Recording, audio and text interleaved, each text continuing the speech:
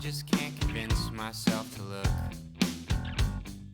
Why can't I be strong in the place where you read your books? I just can't rely on happenstance. Didn't say goodbye before you died, I should've took that chance. But you'll never leave me, no, my heart is bleeding, and I know this feeling's not fleeting. Your hugs were the best thing, just wrapped up in your strength. I'd give up to be there right now. I just want you back, we all want that. I just wish that you hadn't forgotten. I hate this disease, I hate human beings. We fall apart before we get broken. I just can't believe you're not here with me. We should be out back sitting underneath that willow tree. You could talk and I'd be listening. I didn't take the time to read your mind before you forgot me. Okay. But you'll never leave me, no, my heart is bleeding, and I know this feeling's not fleeting. Your hugs were the best thing, just wrapped up in your strength. I'd give up to be there right now. I just want you back, we all want that. I just wish that you hadn't forgotten. I hate this disease, I hate human beings. We fall apart before we get broken.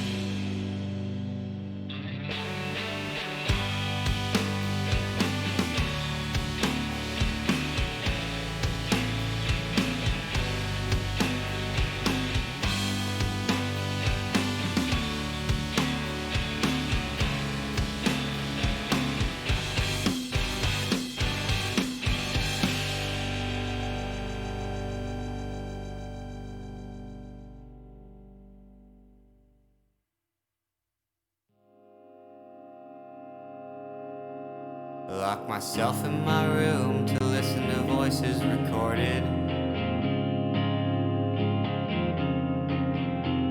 Don't walk outside to avoid being avoided. This feeling that comes with not having a purpose. If I find something soon, maybe I won't feel so worthless. I've always felt this rhythm, but I thought it'd be pointless. Playing music that's for rich folks, not a prophet of poignance. But pointless is a feeling that comes over me often. Though I keep going for a fear of not affording my own coffin. I know I sound sad, but I've got to be honest. It's soothing to me and it helps with my progress. If writing these songs helps me change, then I have to. Not even for me, but everyone that I matter to. I've got this feeling life won't always be like this. My dad said to me, it's your calling, your purpose.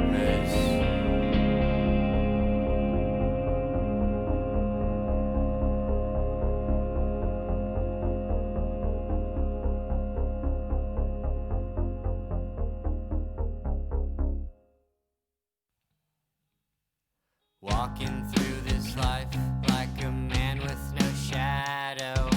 Always by myself, just trying to find my way. I've got no idea of how to get this thing started.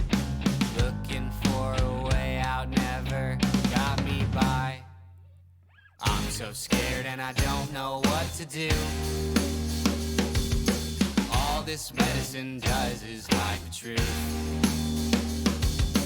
I could could you be happy if you've got nothing to prove? So get up and get out there, son, what you got to lose? Walking through this life, forgetting strife in the rear view. Don't prolong the pain, I owe myself more than that. If I learned my lesson, could I go back to high school? Tell myself to have some fun, don't be so pent up.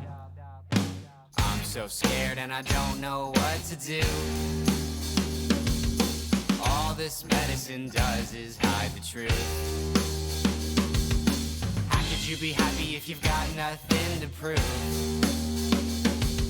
So get up and get out there, son, what you got to lose?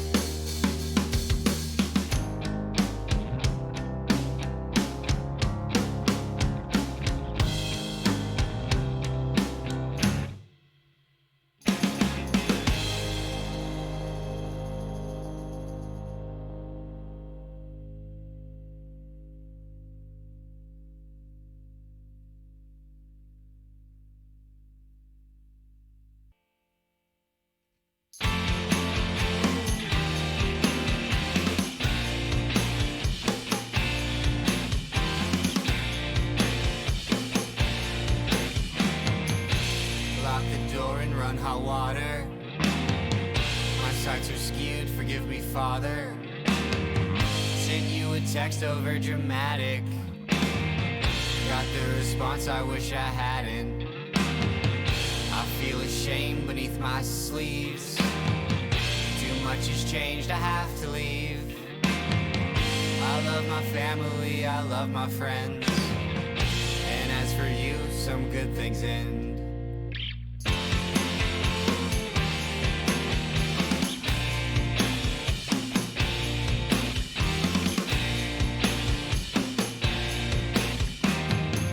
I've made mistakes, I wish I hadn't.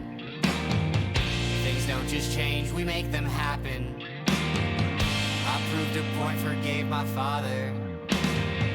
Became less bitter, cause love is softer.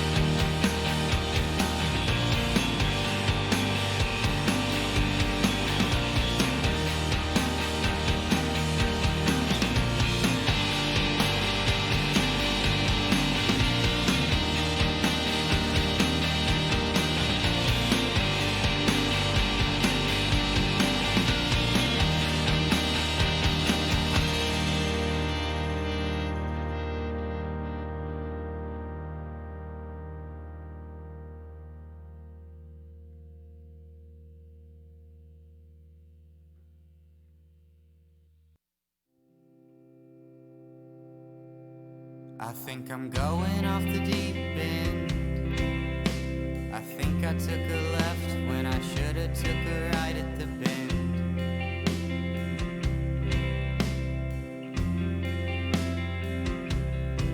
I think I'm looking at the wrong trends.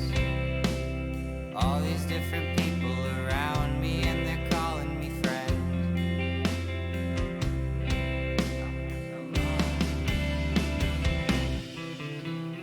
Come on man, let's just pass the time. From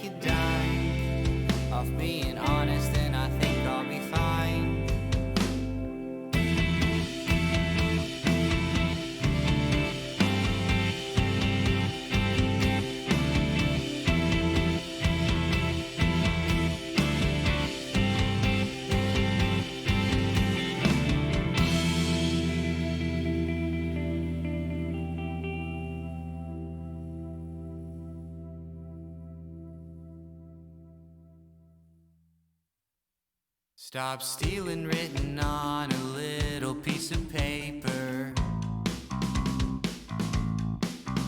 Cold turkey's what I thought. I said goodbye to my neighbor. I'm a little frantic, can't pull you no favors, but I'll smoke all of your weed and leave you with no papers.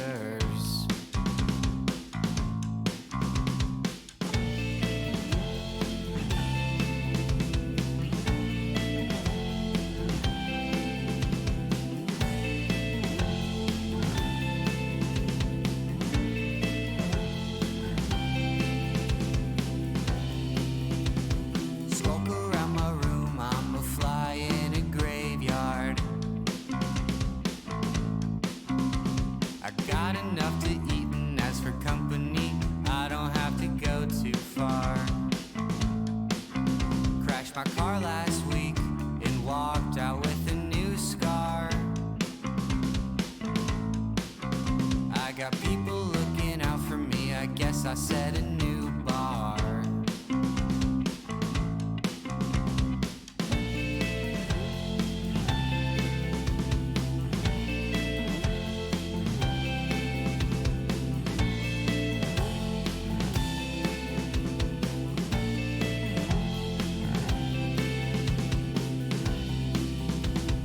Never get that hurt, I guess you call that good luck. But if I'm writing honestly, I've never felt so stuck. I've been looking for work, but can't get past the loading truck. And school's just not for me, I'm in enough debt from my other bluffs.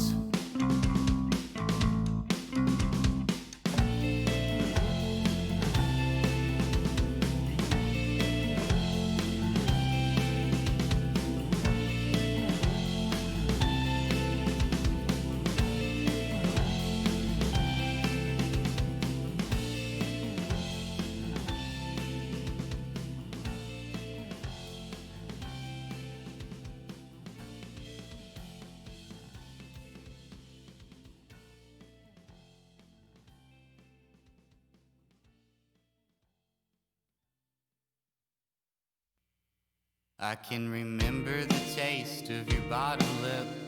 I know that sounds a little messed up and sick. Can't stop reliving all the things that we did. You probably hate me for being such a stupid spoiled kid. I've tried to move on, write some new songs, but nothing's ever as good as a past.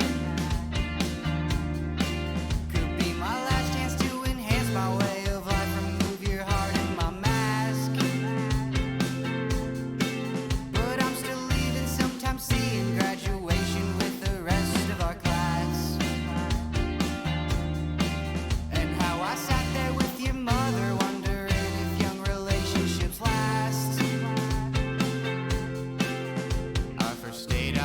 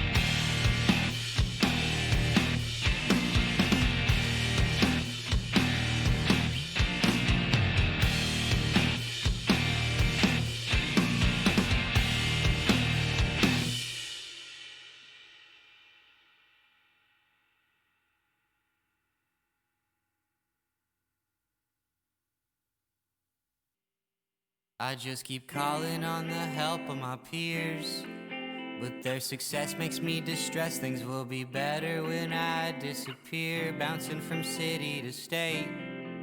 Nothing feels great, I'm a committed disgrace.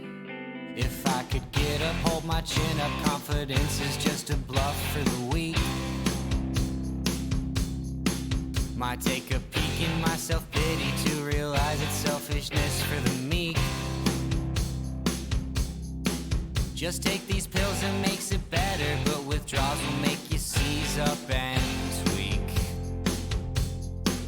You gotta buy it every month, we change the brand, it's more expensive this week. I'll hold my chin up, keep this grin up like my mother, she can worry like me. But if I have you, life is worth it, love is more than a contagious disease. I think of you, I think of me, a family, is this another pipe dream? But if these dreams mean anything, I'm gonna think whatever I want to think.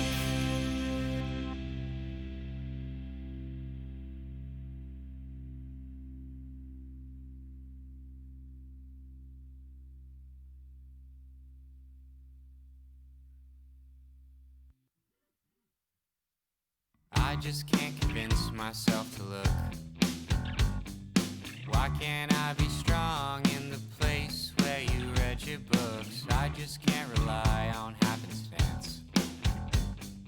Didn't say goodbye before you died, I should've took that chance. But you'll never leave me, no, my heart is bleeding, and I know this feeling's not fleeting.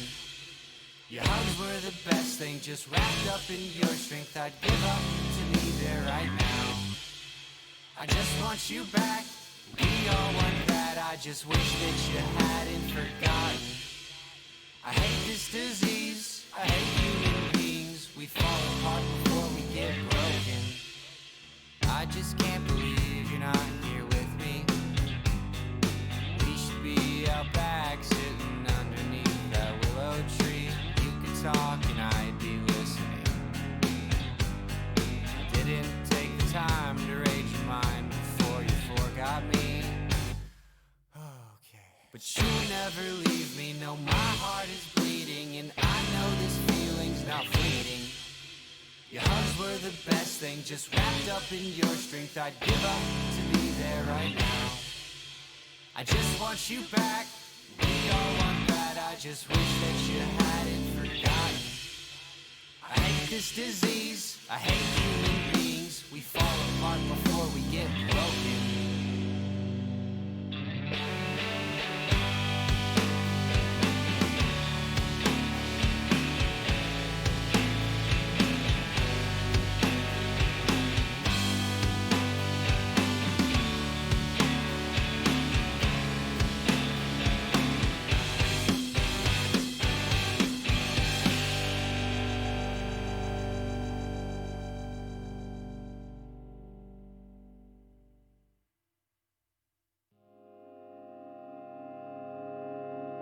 Lock myself in my room to listen to voices recorded.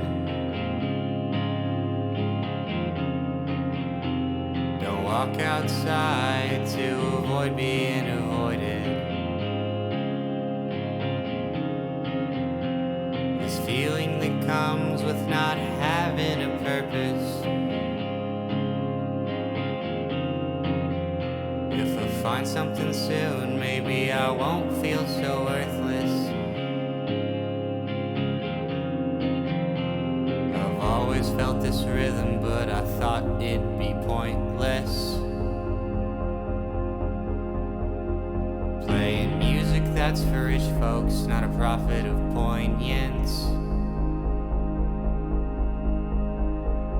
But pointless is a feeling that comes over me often.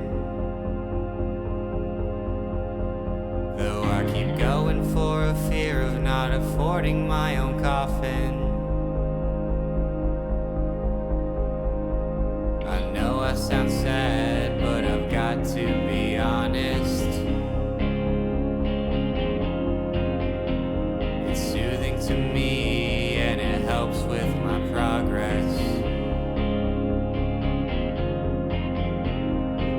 Writing these songs helps me change, then I have to. Not even for me, but everyone that I matter to. I've got this feeling life won't always be like this.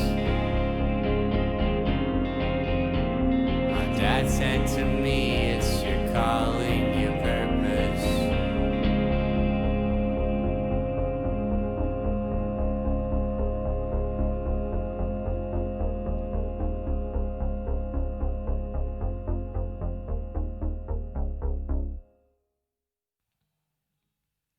Walking through this life like a man with no shadow.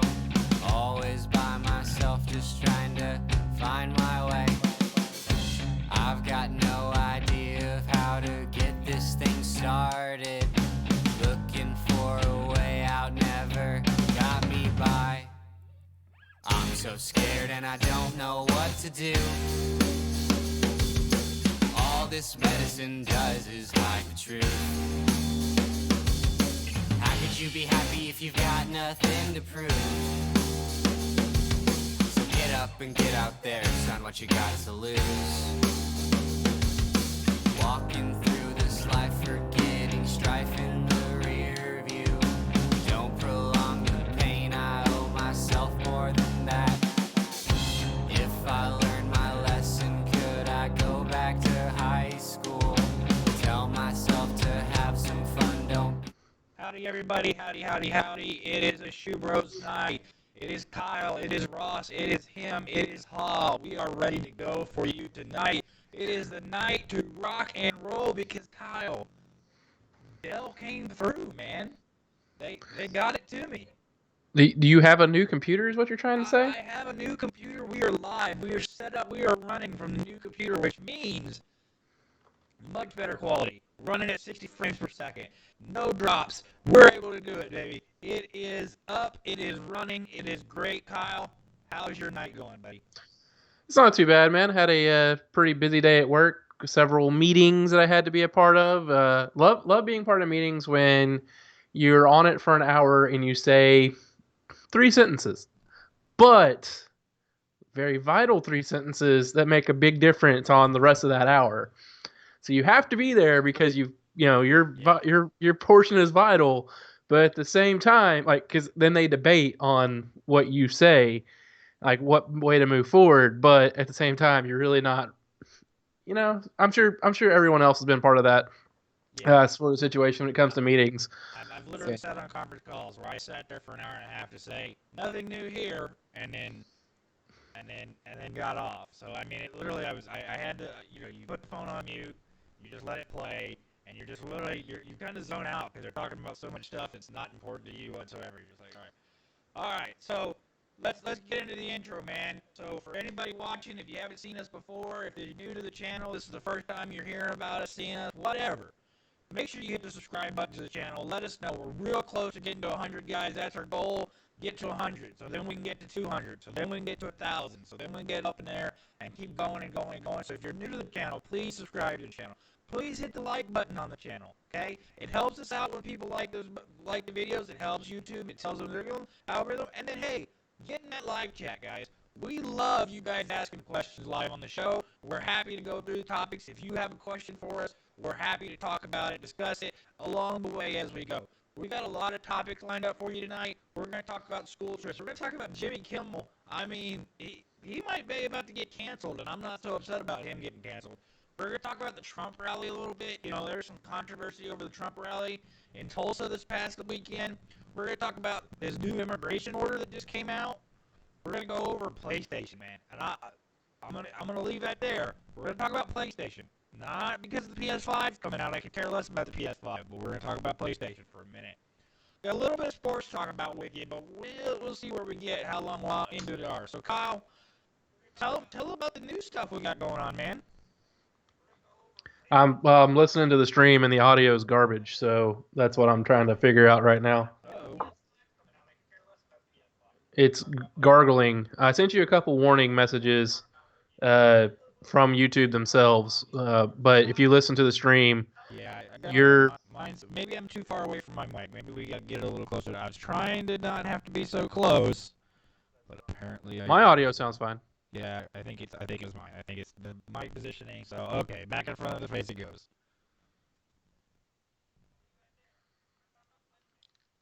Well, okay. So Kyle, let's talk about what we got going on. What's the new stuff coming out that we got coming up for our listeners? For anybody who's interested, let them know what they can be expecting to see coming up.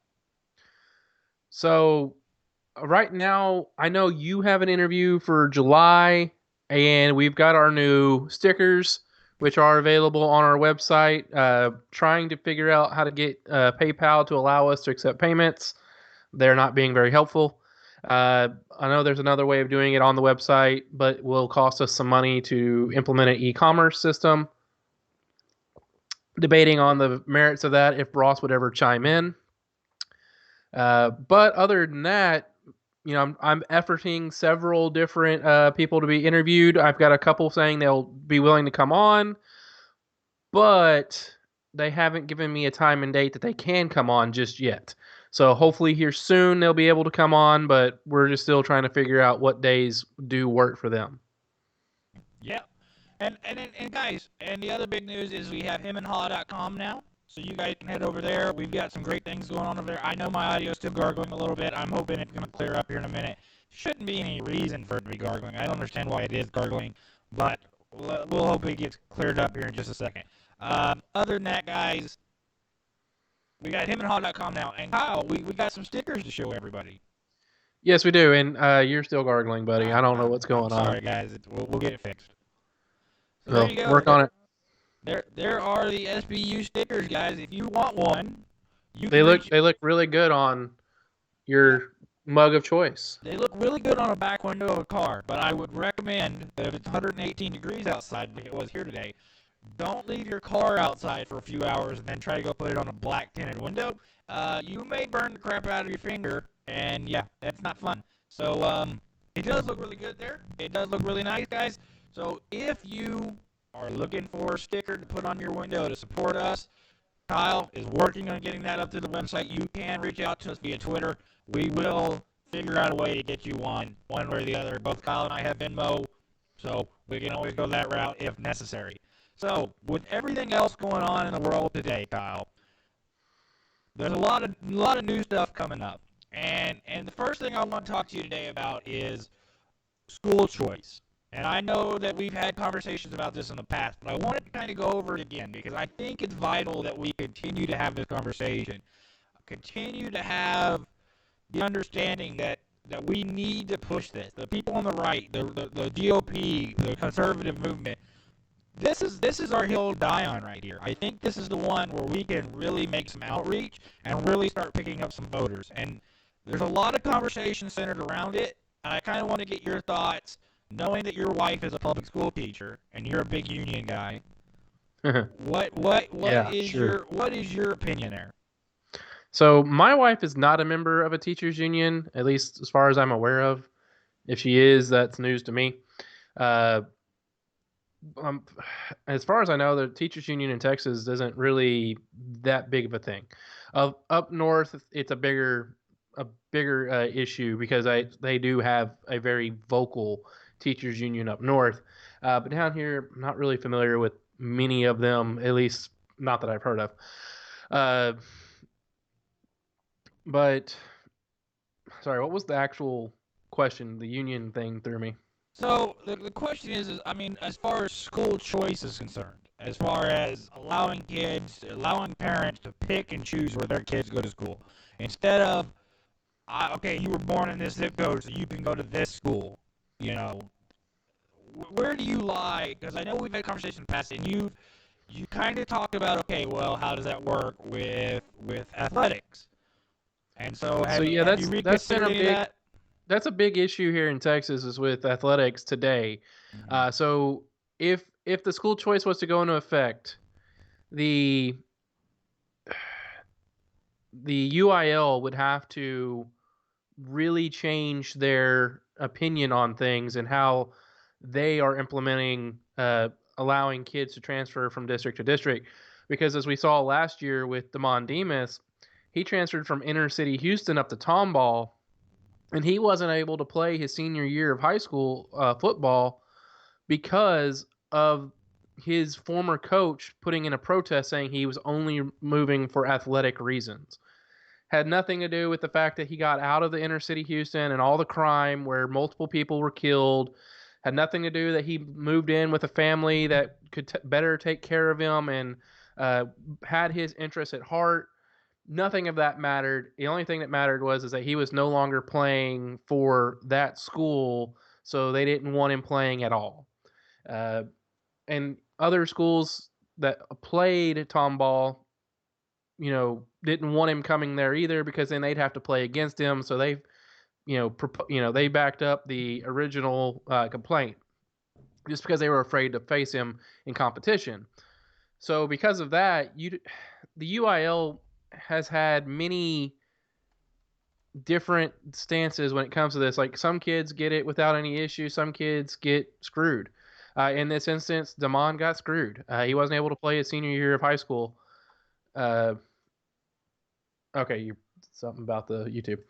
So it's going to be interesting to say, but if athletics isn't involved, then there's no issue at all, with kids being able to move. But that's where it becomes an issue, and it's not my issue. It's the state's UIL program. They would be the ones that would have to pretty much start from scratch on how they are implementing their rules. And I agree with you that there's definitely a conversation to be had there because we don't want to destroy the culture of Texas high school football, right? I played high school football and I had a lot of fun with it, and there's a great culture in the state of Texas that revolves around high school football, but at the same time, we've had that conversation, and we've also said, okay, look, when we start talking about kids being able to have a livelihood in their future, right? Athletics is not the number one route for that to happen. The athletics is probably one of the poorest routes for that to occur. And I'm more worried about good academics than I'm worried about good athletics. I think we could come to a solution where, hey, your kid can go to a different school, but if he wants to play in a sport, he has to play in his home district. Okay. That seems like a reasonable compromise to me, right? And now we're talking in Texas because, of course, the laws in other states are different in how these things work out. But I'm saying, like, if in Texas you could send your kid to any public school within the district, but they had to play sports within their home district, I think there's a reasonable compromise to be made there. What about you? Yeah, I'm not sure how that would work if a parent's having to drive their kid across town just to get him to the school to be able to go to school. Then if that parent wasn't working, then it might not be an issue. But if that parent is working, they're dropping the kids off at school early enough that they can then turn around and go to work. Now they're having to take time out of their work day to go pick the kid up and then take him to athletics at a different school district to be able to play sports at his home district. Not sure how that's going to work out. Yeah, logistically, you're probably right. There's probably some issues there, but there's got to be a solution, right? There's got to be a middle ground here somewhere where we understand that academics have to come first, right? And that was always the thing. Is you talked about it in your comedy special. Academics come first. If you didn't have good enough grades, you couldn't play sports. Now, I went to your high school basketball games. You could have had straight A's. You still weren't playing. I never saw you get on the court, dude. I remember going to the games watching everybody else play. Yeah, I really wasn't tall enough in high school. I didn't really hit my growth spurt until I was like 16, 17 years old. Yeah. We all were that. Yeah, you, me, yeah. and Charles, we were all exactly the same there. I mean, we were late growers. Yeah, so there was a lot of kids who were a lot taller than me in high school. And, even in Dime Box, there was still enough kids that were significantly taller than me to be able to play. And, I mean, I still lettered in basketball, though, because I was the statistician. So, I mean, I helped out where I could. The coach, the coach let me play when I could, but otherwise I was taking stats. It was also the girl statistician, and, I had fun with it, but I would have liked to have played, but I understood, what the situation was. I was just, I was 7th or 8th person on the roster at best. And even though I was a good point guard, I just, my height really limited me from playing. Height, speed, general ability. So Yeah, I I, wasn't the fastest either. I went to a different high school than you, which is what a lot of people will find interesting here. Is that we did not we would have overlapped. We would have been in high school together for a year. Yeah, You would have senior been a year, senior freshman year. when I was a freshman, and I went to a different high school than you. While you finished at one high school, I started at another.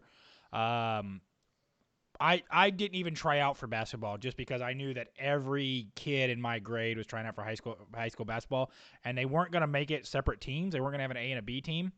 So there was like 25 kids on the freshman basketball team, and it was like, yeah, no. I mean, that's, I'm not going to try to compete with 25 other kids, right? Like, I mean, that just seems silly.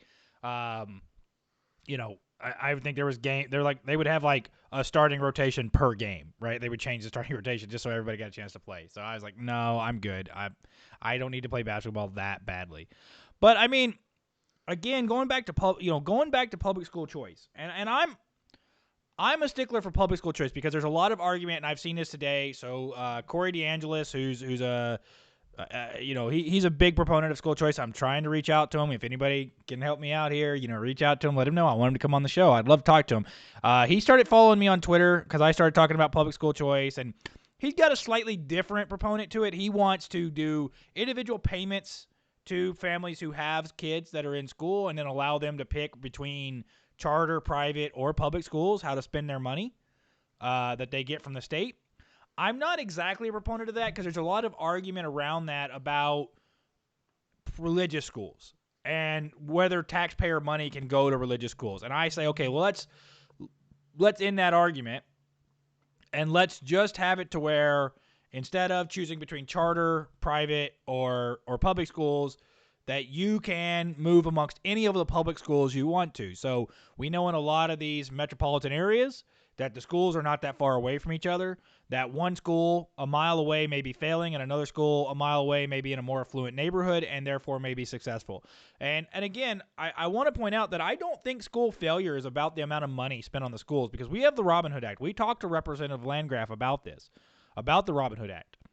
I live in Midland, Odessa, a fairly affluent part of the state because we have oil and gas money. We have a lot of taxes coming in from that. Our schools send a lot of money out, but we have very good schools here. Our public schools are actually pretty good. The problem is not with money, it's with management. And we always hear, we've heard for the last 30, 40 years when it comes to public schools that it's about money. It's about money. We need more money. We need more money. We got to pay the teachers more. But then you look at California, they're paying teachers more, and they're not getting better results. That's a true statement, but also like your little a study that you did the other day, you noticed that cost of living in California is significantly greater than that of here in Texas. So a teacher getting paid 40 grand here is equivalent to a teacher being paid 50 grand or maybe even more, 55 in California.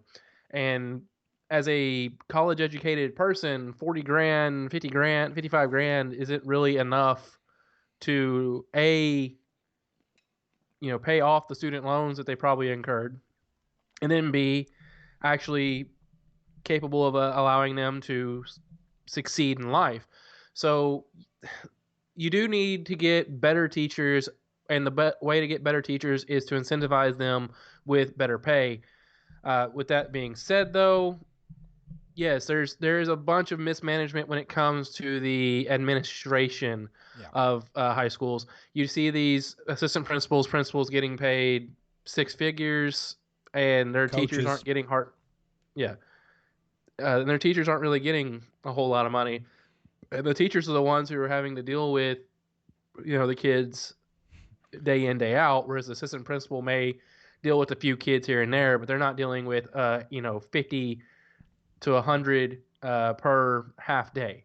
I think the 22 or 25 is the number of kids they want to have per class, but even that's taxing for a teacher trying to keep up with that many kids at one time. So maybe but maybe lower administration's pay and hire more teachers so that you have a better teacher to student ratio or something of that nature. So I am happy to report I just turned the audio up on my YouTube stream, and it sounds like my gargling has gone away. Yeah, I listened to it about 5 minutes ago, and it sounded better. So okay, very whatever good. So you did, mic positioning, and then I noticed that in Skype it had set up as instead of going to my Yeti, it was going to the default microphone. So I don't know if it was picking up a different microphone or if there was some interference. I'm not sure. Either which way. And what it might have been doing is it actually might have been defaulting to the little there's a little microphone on these headphones, so maybe it had even gone to that, which would have, oh god, that would have been horrible. So the Yeti definitely has a better sound quality. Okay, so to your argument, yes, we want to incentivize good teachers. I'm fine with incentivizing good teachers. I do want to keep things in perspective. Okay, they work 9 months out of the year. Massive amounts of holidays, right? So when we're talking $40,000 a year, $45,000 a year over 9 months, you extrapolate that out to 12 months, that's 50, 52, 53, which is not out of, starting pay for a college grad, straight out of college, no experience, is about $52,000, $53,000. I mean, there's some jobs, engineering, other jobs that'll get you a higher rate of pay. But again, this is a free market transaction, right? Nobody's forcing anybody, nobody forced your wife into becoming a teacher. She decided to do that. Now, I'm willing to give some incentives on, say, student loan debt. I think there's a reasonable idea there that we could say, okay, if you're going to go into public school teaching, and there is that already. If you teach at a Title I school for 5 years, okay, they will forgive up to like $20,000 in student debt. Okay, so that incentive exists. Yeah, we could extrapolate that probably even a little but further. It's only good for public loans. Private loans are not. They're not capable of being. Well, and that's true for most things, right? Like my wife has two small private loans for school because she was, for whatever reason, unable to get grants for it or get public loans for it. But yeah, you're not going to be able to discharge that. You're going to have to pay it. You're tucked into it. But that, again, I'm going to go back to this, and I hate to sound like a jerk because this kind of sounds like a jerk argument, but you signed that agreement. Right, it was there, and I understand that most people look at that promissory note and they just click through it like, okay, this is obligatory, I'm just going to do it. The information's there. It tells you that it's there. It tells you you're not going to be able to use government programs to discharge this debt. You're going to have to pay. Never any question about that. It's just, just the fact that they only allow it for government loans, and I wasn't trying to make an argument one way or the other. I was just saying it's only good for that. All right, so let's. I personally still am on the guideline that education should beat athletics, right? That we should care more about academics than athletics. What I want to see and what I'm hoping to get some people on the show to argue with, and well, not argue with, but maybe to discuss, is the feasibility of that. We've talked to Saint about that a little bit, and Saint, he's been on a big crusade of late about prison reform, allowing the prisoners to actually get education and or trade school. He went on that today, and I came along with him for that one. That was a pretty good argument. I liked where he was going with that. Right now the prison system is all about numbers. It's not about helping people out or reformation and trying to get people to better themselves, and that way they never come back. They're actually incentivized to do nothing for the prisoners, so that, and except for giving them that Stockholm syndrome, that's the only place that they can truly live and survive and do well. So that as soon as they get out, they just commit another crime to come right back, so they can, have that safety of being in prison. So I made that argument. To Saint today that, the unfortunate part is, as we see with immigration, neither party really wants to solve it because they both benefit from it, right? Republicans benefit from immigration, right? Because I'm sorry to say this, there's a lot of GOP people that if we actually looked into their companies and the companies they support, that you would see that there's a lot of people that are hiring questionable labor.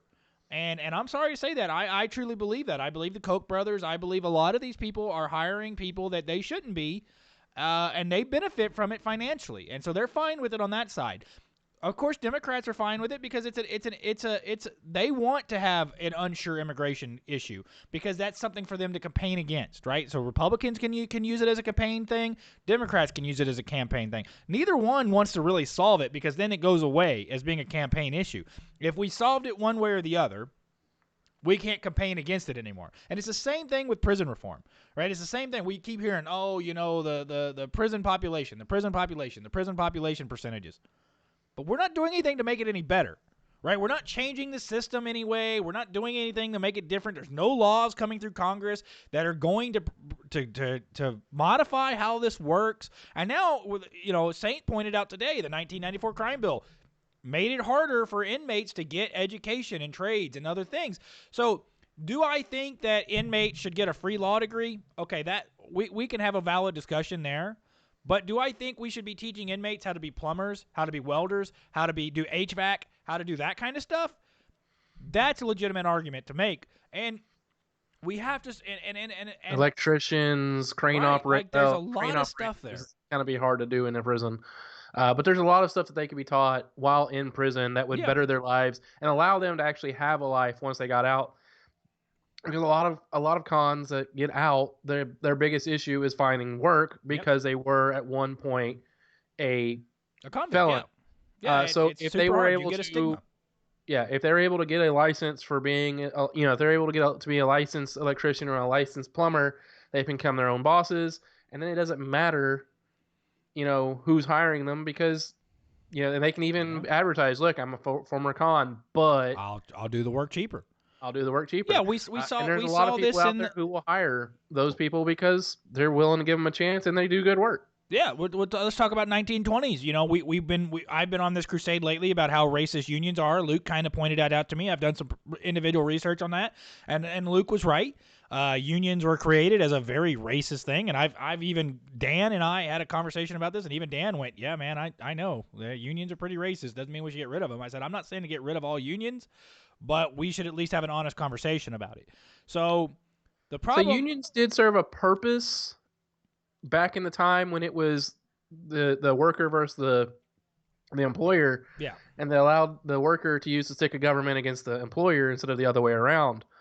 But then you had unions like the ones that you're speaking of in New York and stuff of that nature, where they were using the unions to prohibit black people from being able to get work because you had to be a member of a union to get certain jobs, and the union was not hiring or allowing the black American into their ranks. So they went from using the stick of government to beat the workers to the stick of government to beat certain workers. Yeah. And that weren't in the union. And of course, union membership for minorities was not allowed. If you were a minority, you just weren't able to get union membership. And either the jobs were labeled as union only, or the unions push for higher minimum wages. Because at the time, let's remember, this is 1920s America. We haven't had this shift in, the North fought to end slavery, but that doesn't mean racism ended in the North, right? Like the people there still thought African Americans or blacks or minorities were less than them. Okay, they didn't think they were equals. So the only reason an old woman in Chicago or New York City or anywhere up in the North was going to hire a black guy to do work for her was because he was significantly cheaper than the other options, right? And that we've talked about this, right? The free market then gives them the opportunity to show that they're just as good, just as qualified as somebody else because they're able to work at a cheaper rate. They're willing to do it for a cheaper rate. Therefore, they get the opportunity. And then because of the opportunity, now equality starts to become. Because now people say, oh, wait, you know what? I was wrong. I had a bad attitude about this. And now I've seen it. Now I'm shown that this guy was just as good a worker as the white guy I was going to hire, or vice versa. So minimum wage was used as a cudgel to beat down minority workers. And so what I've argued for now, incrementalism. I know we can't get rid of the minimum wage. I know it's insanity to even suggest we completely abolish the minimum wage. It's not going to happen. Let's get over that fact right here, right now. But what I've called for is a tiered minimum wage. And I'm sure you've heard me talk about that before. Honestly, I don't think I have. Okay, so what maybe you have on Twitter, but again, I don't live on Twitter like you do.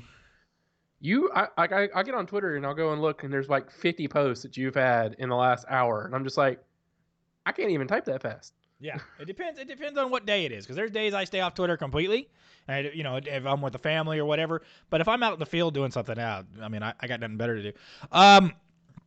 Okay, so I've called for tiered minimum wage, and what I want to do is by age. Okay, so in replying to Saint today, a lady brought up the fact, like you just did, that it's hard for ex-cons to find jobs, and that is a true statement.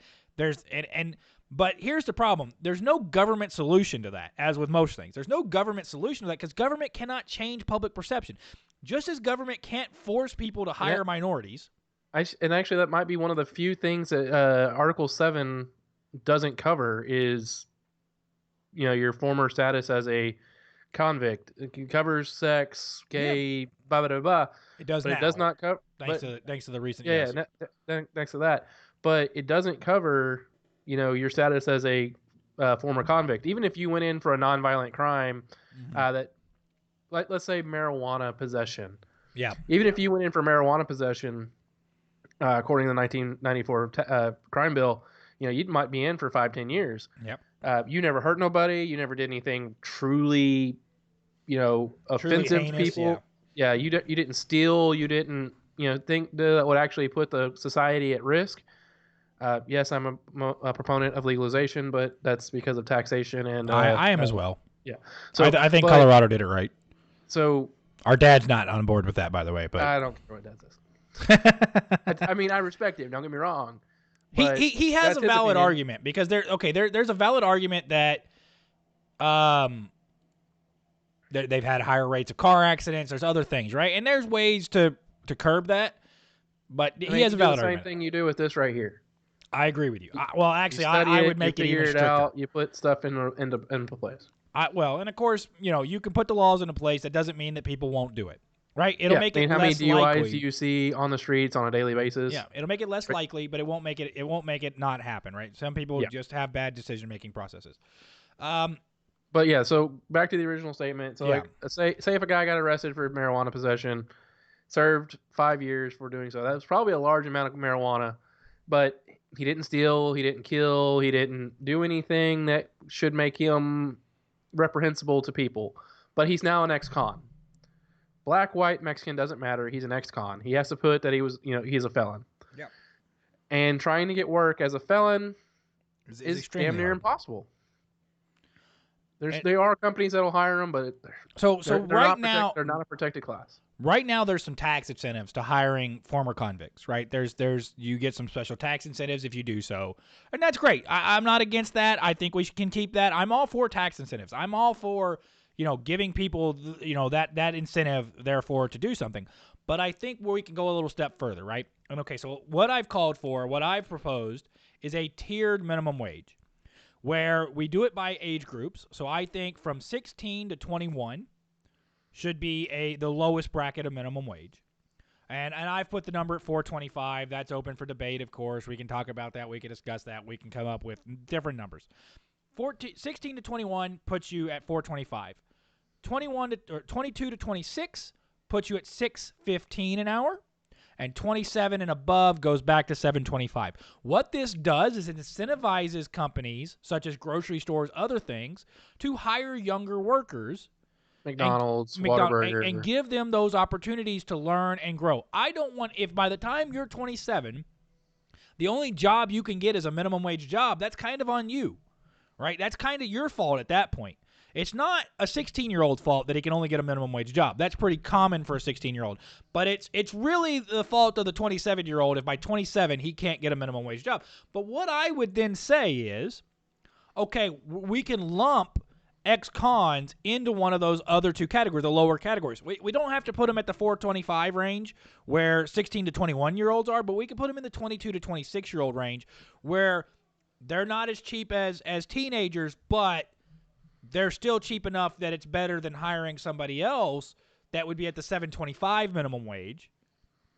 And that gives you a further incentive to hire them. It also gives you a further incentive not to fire them. Because now you've got this cheap labor. Okay, the market downturns a little bit. Still, I've got this cheap labor on hand. And it gives the people a chance to come in and prove themselves back into society. Right? To prove that they're capable. Here's what the left's going to argue. But they'll never get more money than that minimum wage, and that minimum wage is not a living wage. Okay, living wage is... None of us are trying to claim it is, but you have to get into the door. Living wage is dependent on your spending habits, right? Yeah, you can't just break through and be making $100,000 a year. No. You have to get your foot in the door. Yep. You have to be able to prove yourself. You have to be able to say, I'm accountable. I can show up on time, do what I'm asked to do, when I'm asked to do it. Well, and let's be fair, right? There are penalties.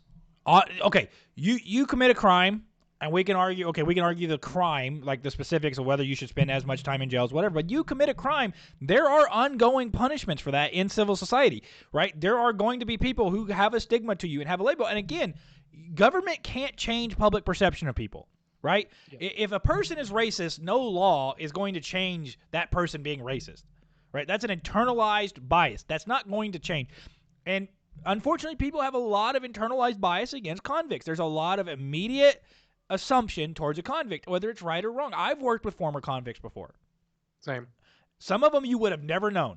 Some of them you would have said, I have no clue. There was one guy that I worked with that everybody knew, and that dude probably should have been back in jail, and we had a lot of issues with him. But the point is he had a chance because the guy I worked for at the time was willing to give him an opportunity, and opportunity after opportunity after opportunity, and try to help him get through some of the bad stuff in his life.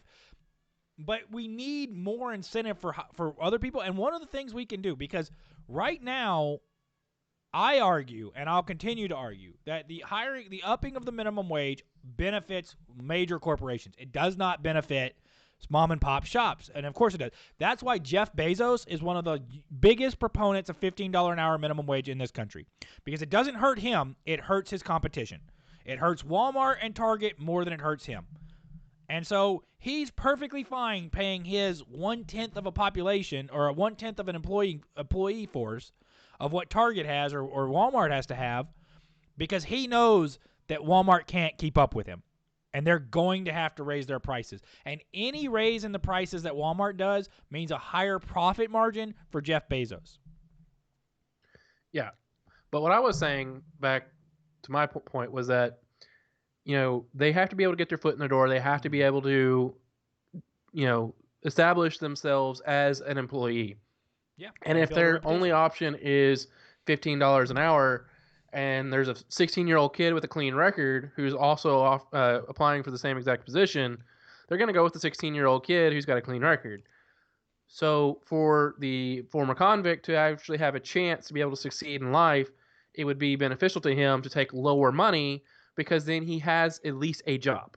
It may not be the best job, but it's a job. And then if he stays at that job for a year or two, he'll get raises, he'll get bumps, he'll get opportunities for better placement within the company.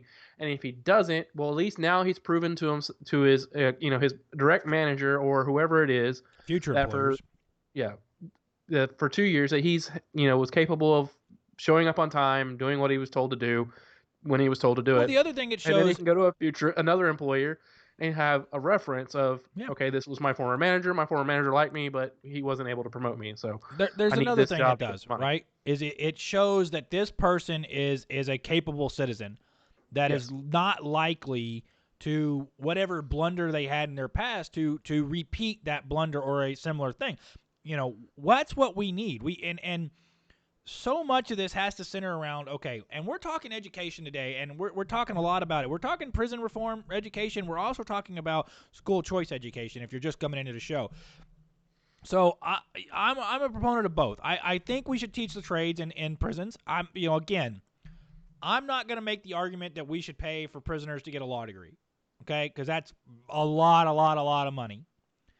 But I'm for trade skills being taught in prisons. I'm for financial literacy and money management being taught in prisons, because I will go back and I will stand on this hill for the rest of my life that economic opportunity will lower crime rates. That the more economic opportunity that there is in a society, I'm not saying it will eliminate crime, because of course that's not true. There will still be people who will resort to crime, but it will lower crime rates. We see that in countries that have great economies, they have lower crime rates than countries that have poor economies. And that's just true. That's a true statement, regardless of what you want to say. So the best thing we can do, and to get employment, we have to start with education. We can't just say, oh, everybody should have a job. A job is a human right. Job is not a human right. Again, you can't change public perception through law. I can't force you to think something different than what you think. And if you are an employer who's hiring employees and you don't want to pay $15 an hour, then you're not going to pay $15 an hour. And if you say, well, if I have to pay $15 an hour and my choices are between the guy, like you said, who's never been to jail or the guy who's been to jail, I'm going to probably choose the guy who's never been to jail, all other things equal. So we got to give these people a leg up. And I think that's true for a lot of part of the society. We have to give the 16-year-olds a leg up, which is that they can work cheaper. We have to give, again, by 27 years old, if the best job you can get pays minimum wage, I'm sorry, that's kind of on you at that point. You've had opportunities to gain skills. You've had opportunities to have jobs. You've had opportunities to get to work. My first job at 18 paid me $8.50, and that was when the minimum wage was $5.25. I worked my ass off, and the counter argument to that one is going to be, what if they just focused on their education and they never, so high school they are 18, college they're 22, 23. Let's say they could get their masters, they're 25, 26. If you can't get a better than minimum wage job with a master's I understand degree, that, but that's going to be what they're going to argue. So, they spent so much time in school, they weren't able to focus on getting a job. They focused on work on their school. Again, these are personal choices, right? And you had jobs during college. I had jobs during college. Our we all worked to get through college. None of us were given anything. We didn't have that opportunity. I have a master's degree from a serious university. I wasn't saying it was a good argument. I was just saying that's going to be their counter. But again, we have to draw the line somewhere. And I'm sorry, I agree with you that they'll make the argument. But is it an argument worth consideration? And I would say no. I would say that if by 27 years old, regardless of whether you went straight into the workforce out of college or straight out of workforce into out of high school, or whether you have a bachelor's/master's degree by 27 years old, which, okay, you could, by that point, you should be able to get a job that pays you more than $7.25 an hour. I'm sorry. We'll raise the minimum wage for people over 27 and $10 an hour. It still doesn't make a difference to me because at that point in time, you should be able to make more than $10 an hour. Exactly right. We got to promote natural wage growth, not forced wage. That's going to be their argument. I agree. But like I said, it wasn't a good argument, but it's going to be an argument. I agree with the argument, and I do appreciate the devil's advocate play here because it is good to be able to force your opinion and to be able to force you to defend the opinion and take the counter side and take the counter argument. I've spent some time making the counter argument, and I still think it's a valid opinion to do a tiered minimum wage. I think it incentivizes workers to give people that first shot. We're at one of the lowest percentage of high schoolers working in the United States, and some people say that's a great thing that they say, well, high schoolers don't have to work right now. Okay, that's a valid argument. If a high schooler doesn't have to work because his parents can pay for things and he doesn't need a job, fine. But you worked at 16. You had a grocery store job. I did. I worked at Pizza Hut. Hated life, but I worked at Pizza Hut for a little while. I did some other oddball jobs. I worked for a ranch for a little while.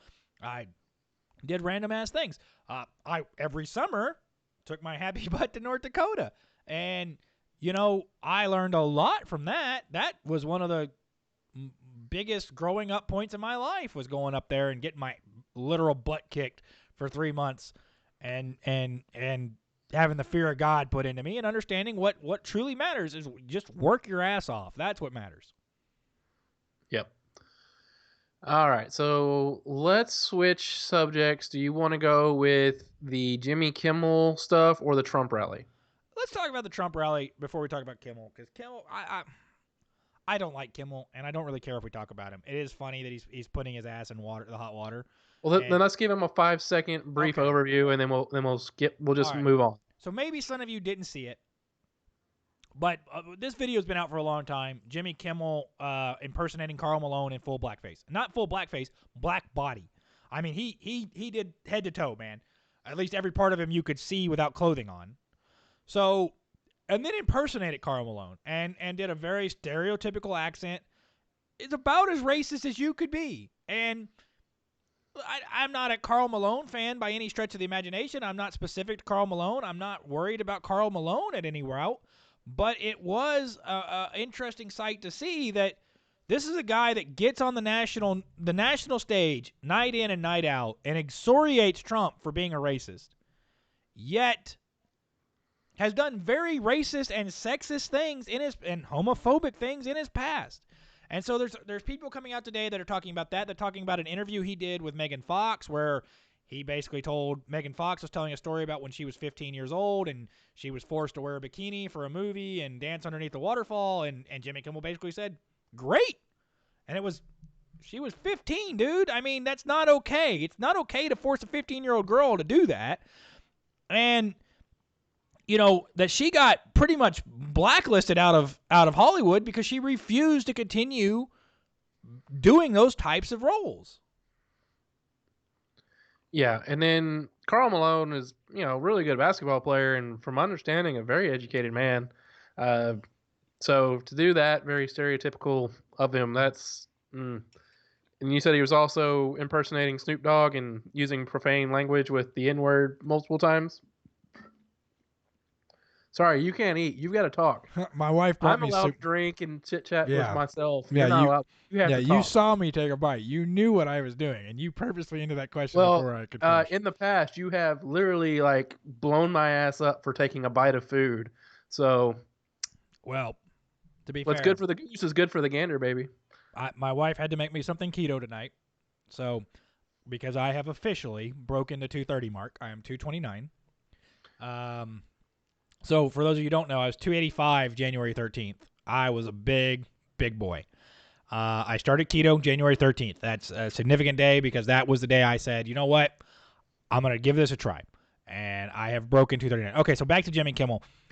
I haven't heard it, but there's supposedly audio from the Jimmy Kimmel Christmas album to a track that was cut, that was not released onto the album, supposedly, where he is mimicking Snoop Dogg and uses the N-word and other racist language over and over and over again. Now, I haven't heard it personally. I cannot ascertain to whether this is truth or not, but it's supposedly, and there's a lot of, so Jimmy Kimmel announced the other day that he is going to take the entirety of the summer off from his show, and he announced it as, I'm going to spend time with my wife and my kids and my family. And okay, that's fine. You want a vacation, you get a vacation, whatever. I don't care. That's up to you and your employer.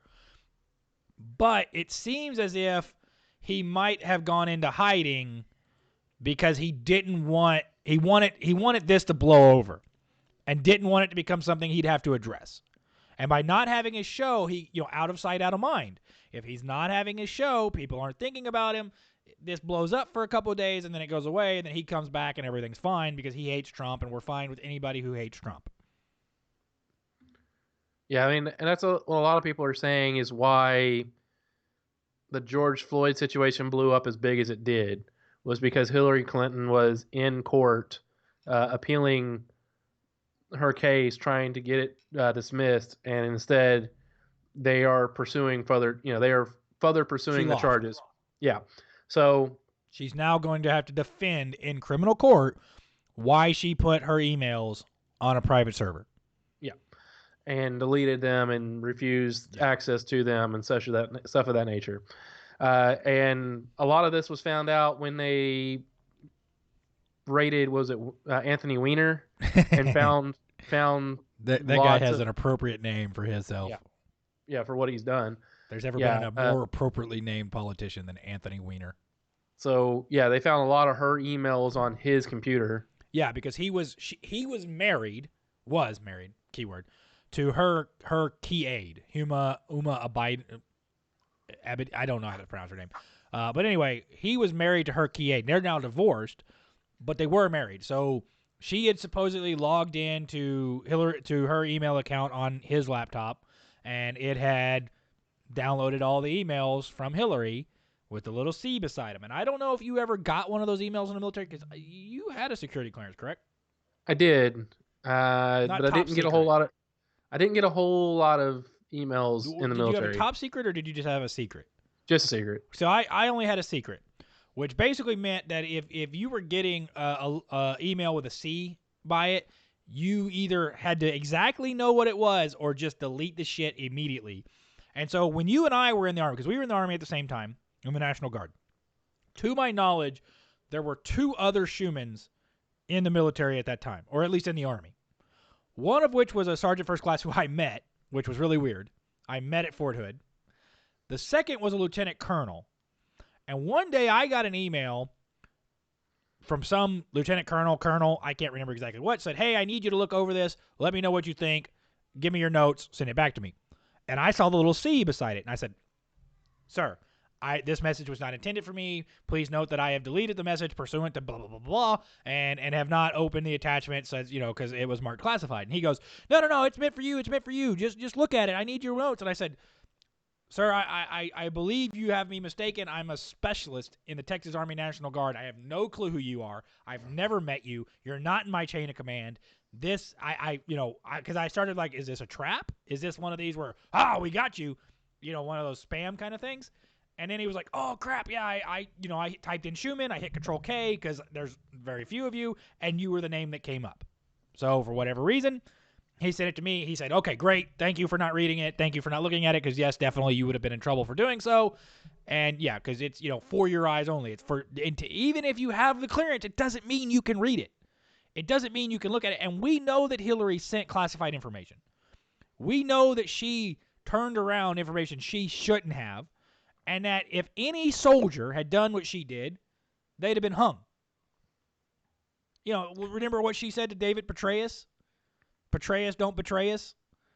Because it turned out that Petraeus had been cheating on his wife and had an extramarital affair, and that made him, less credible and less likely. She went after Petraeus for that. Yeah, there's a bunch of hypocrisy there. Seeing what her husband did. Yeah, I mean they're not the family to be talking about fidelity, right? Exactly. Marital fidelity.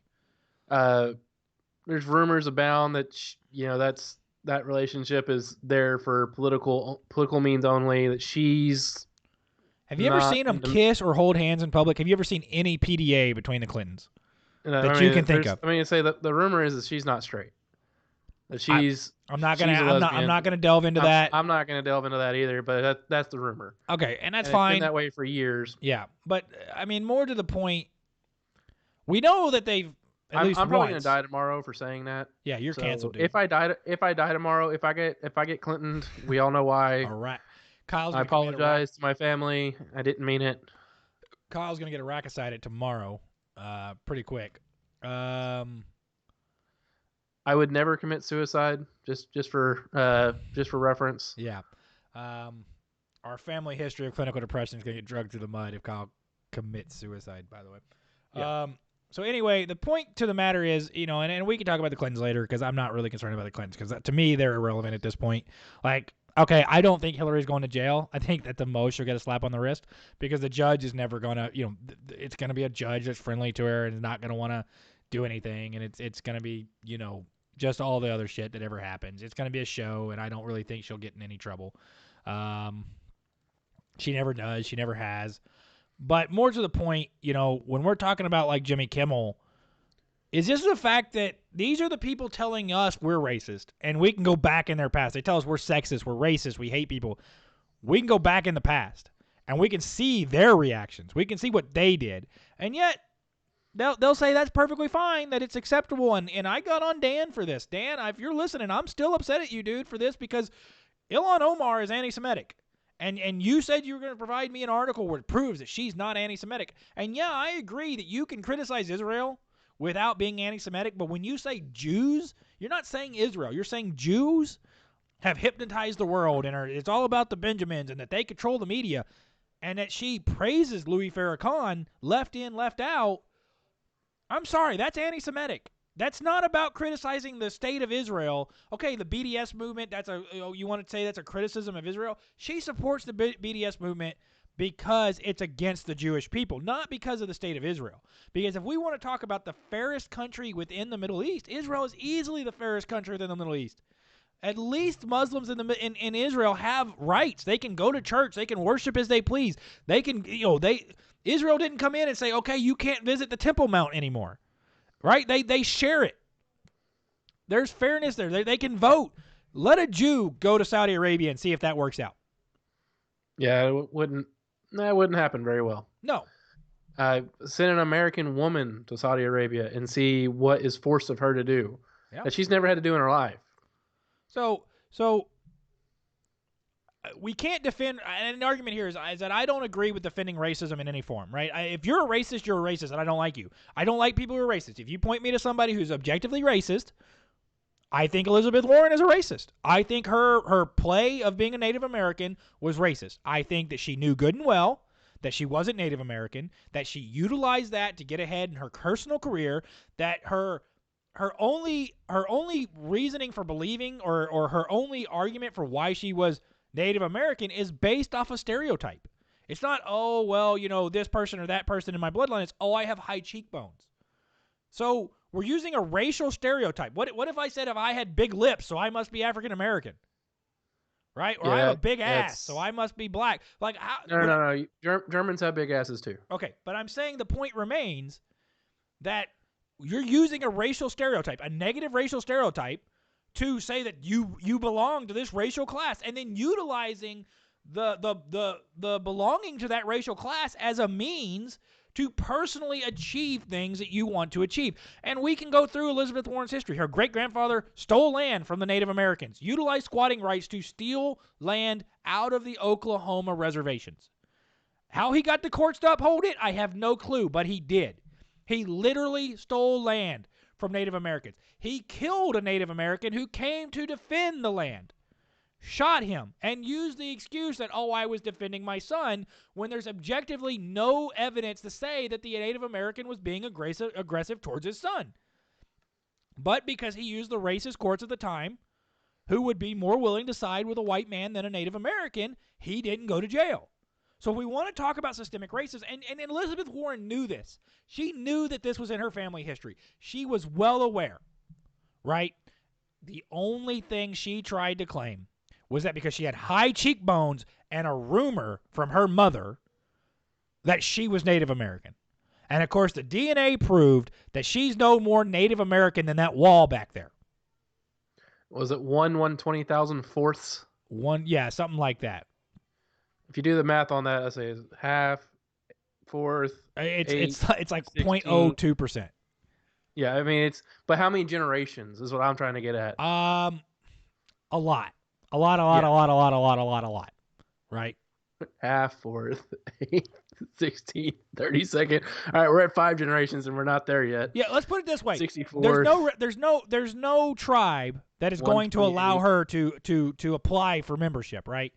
No. And that's the other thing is, if she honestly believes she was a Native American, why did she never try to join a tribe? My wife is 132nd. She tried to join a tribe. 10 generations.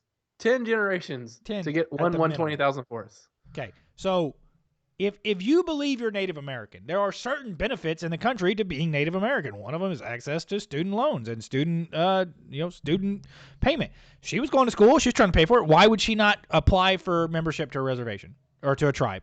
Why? Because she knew good and well she wasn't Native American. She knew it. She knew it. She knew it. She only used it where it was advantageous to her and never attempted to do anything that would prove otherwise. It had nothing to do with she actually believing she was Native American. And for that, Elizabeth Warren, if you ever watch this, you are a racist, lady. You are a racist because you assumed a race and utilized it for your advantage, and you wrote a damn cookbook called Pow Wow Chow. Yeah, we watched the Rachel Dolezal documentary this weekend. It reminds me a lot of that situation. Yeah. Like, it doesn't matter how much self-tanner you use and how many little black babies Elizabeth you adopt. Warren didn't even go to that. She's as it white as they get. So transracialism. Yeah. I guarantee you there ain't a black person out there that actually truly accepts her as black. No. Maybe her kids, but she's got her son criticized her pretty heavily in a documentary on that. Okay, guys. So we're gonna. I don't really care about this topic that much. I got a little heated over Elizabeth Warren because I do honestly believe Elizabeth Warren is racist. I'll stick to my guns on that. And I'm sorry, I do believe people on the left excuse racism when it's people from their party. And I'm sorry, all right, cool. Yeah, that guy's probably racist, and we're okay with him getting beat in a primary. Okay, I didn't really want to lose to a Democrat. I didn't want to lose a seat, but I'm happy with them getting beat in the primary, and now the general election is going to be a bunch of different candidates. You point to me that somebody that is 100% objectively racist. Okay, you could say President Trump is racist, but you're going to have to show me the proof, right? You're going to have to show me where his policy is racist, because I don't think it is. I personally don't. That's my personal opinion on the matter. Yours might be different, but I think you excuse the racism of the left, the racism of low expectations. Right? Black people aren't as capable as white people, so we have to give them advantages in They're society. just as capable as white children. Yeah, they're just as capable as the poor kids are just as capable as the white kids, right? Yeah. If you don't They're vote for me, you ain't black. They're perfectly fine with Biden being. I wouldn't even call it subtly racist. No, Biden's full scale racist, man. Overtly racist. But because he represents the Democrat Party, they're fine and dandy with it. And that's the argument I'm making here, right? If we want to fight racism, if you want to fight racism, fine, I'll stand there with you and I'll fight against racism. I think racism is important. I think that people in our society who are racist should be left behind in our society, but I think the free market is the best way to do that. Again, I don't think the government cudgel is going to get you anywhere because government has no ability to change perceptions. We've talked about this when we talked about Jackie Robinson. We've talked about this when we talk about a lot of other stuffs. When the free market is allowed to exist and people are allowed to compete for labor, they're able to show their capabilities. They're able to demonstrate their worth and value in society. That is more likely to change opinion, change public perception about them than any government law put in place. You know what affirmative action did for all the racists in the country? It gave them an excuse to keep being racist. Because now, instead of a black guy getting somewhere and having to say, you know what, God damn, that black guy, you know what, he's pretty good at what he does and he deserves. Now, every time a black person gets ahead in society, the racists go, it's because of affirmative action. He didn't deserve it. He only got it because of affirmative action. He didn't really, if it would have been fair, a white guy would have got that job. And that's a bad attitude, and I hate people who have that attitude, but we gave them the reason to have that attitude. We reinforced that attitude for them. We didn't give them a reason to change the attitude. We gave them a reason to further believe what they believe. Yeah, that's always the thing that happens in colleges. You see these people that are racist, and that's the first thing they go to. Well, I could have been at Texas A&M, or I could have been at UT, or I could have been at Baylor. Well, not Baylor because Baylor's a private school. I could have gone to, all these other really high schools, but they still have quotas on their admissions. Yeah, but it's not enforced by a government. No, I mean they still fall under Title IX because we saw them get their asses handed to them for Title IX for the rape cases. Okay. So yeah, whatever. Let's just say that they're not at Baylor, they're not A&M, they're not at Texas, but they're at Texas State, and that's why they're blaming them being at Texas State or Sam Houston. And not that those schools are bad. No, they're just not the same level. Yeah, I mean, Tier 1 research university. There's certain. There's more prestigious schools. There's less prestigious schools, right? Yes. So I've been to prestigious schools in my life, and I've been to non-prestigious schools. To me, a degree is a degree, right? I'm not really worried about it because I think work ethic is more important than where your degree comes from. I've seen people come out of all countries with degrees from random schools in different countries that I've never even heard of, but yet their work ethic's great, and they're really smart people. And I don't know why they went to whatever university they went to, whether that's a great university, a poor university, whatever. There's certain advantages to going to certain universities, like A&M. If you live in Central or East Texas and you went to A&M, there's advantages to that. There's the Aggie network, right, where you get hired because you're an Aggie. People are going to give you preferential treatment for being an Aggie. But it doesn't mean that other schools don't have that opportunity. But I think it's more important that we let the free market work and we let people demonstrate their ability through the free market, and by doing so, we're going to open up opportunities for them. We're going to eliminate people's excuses for why certain people didn't get opportunities that they should have, and I think that's better than reinforcing those things. And I think Jimmy Kimmel is, I don't know that he's a racist. I'm not going to say he's a racist, but he's definitely delved into racial humor, and I'm fine being self-depreciating. And I've been known to enjoy a racial joke every now and then and laugh at certain things that are funny. But we also have to understand that if you're on TV and you're going to sit there and tell the president of the United States that he's a racist and that he's a bigot and all these other things, then you might not want to throw a stone from your glass house. Yeah. All right, let's go ahead and move on to the Trump rally. So the one big thing that we saw coming out of this was AOC just oh my God, all the Zoomers, y'all went out and bought up all these tickets. Let's put facts on one thing. They didn't buy shit. No, If they'd have had to buy tickets were something, free. they'd have never done it. It It was wasn't a even- free pass. So yes, they and bought up say- nearly 1 million tickets. How stupid is it to say they paid for it? Because if they paid for it, that means they Then Trump donated would have money. made money. They donated money to the Trump campaign, right? Like that's so okay. They used fake email addresses, all this crap. Fine, whatever. I don't care about that, right? So like you said, there weren't tickets at all. They were passes. And what the pass did was give you the opportunity to get into the venue. So our friend Damani Felder And Topher. were at the event. They got in. They had their passes. They went to the gate. They got in. It was a first come, first serve event. If you had your pass, you got to the gate. So there's a couple of different things I've heard. Number one, the capacity of the capacity of the avenue of the venue was limited due to COVID concerns. That the venue had said, look, we're not going to allow you to put 100% capacity in this venue. That's a rumor I've heard. I don't know. I don't have anything from the venue that proves the other thing that's not a rumor is that Black Lives Matter / Antifa protesters took over one of the entrance gates and would not allow people in or out via that entrance. What also is not a rumor is that 12 million people watched it online. That's excluding Fox News carried it live. Some other people carried it live on their network. That's excluding all those views. We don't know those views yet because it comes out a week after. But we know from watching, and I watched it online. I watched it on YouTube. We know from watching it on YouTube. I was watching Twitter and I was seeing clips from it, but I wasn't watching it. Okay. I was watching the reactions to it. Okay. And I honestly thought about doing a reaction video because I had just gotten my computer and it was up and running. I was like, let's test it out. I'll do a reaction video.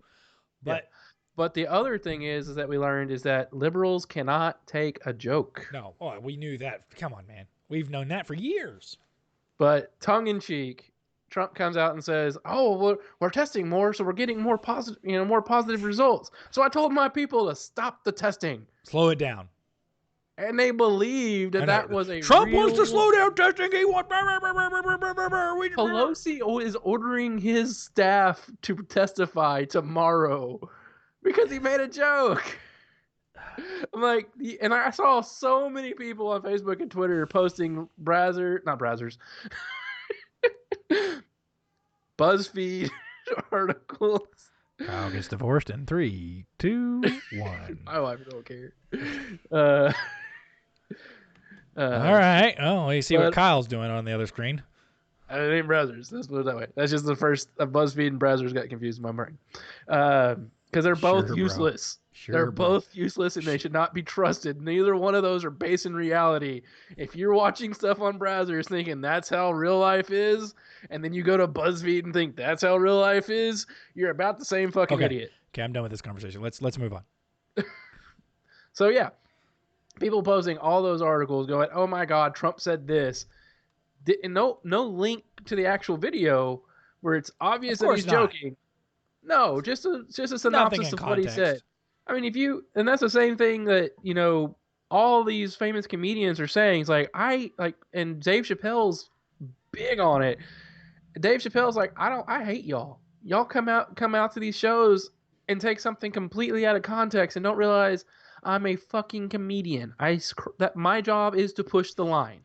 My job is not to be. He said in his last, because he was talking about Don Lemon saying, where are the celebrities coming out about George Floyd? And he said, do y'all really want to hear from fucking Ja Rule right now? Does anybody give a shit what Ja Rule thinks?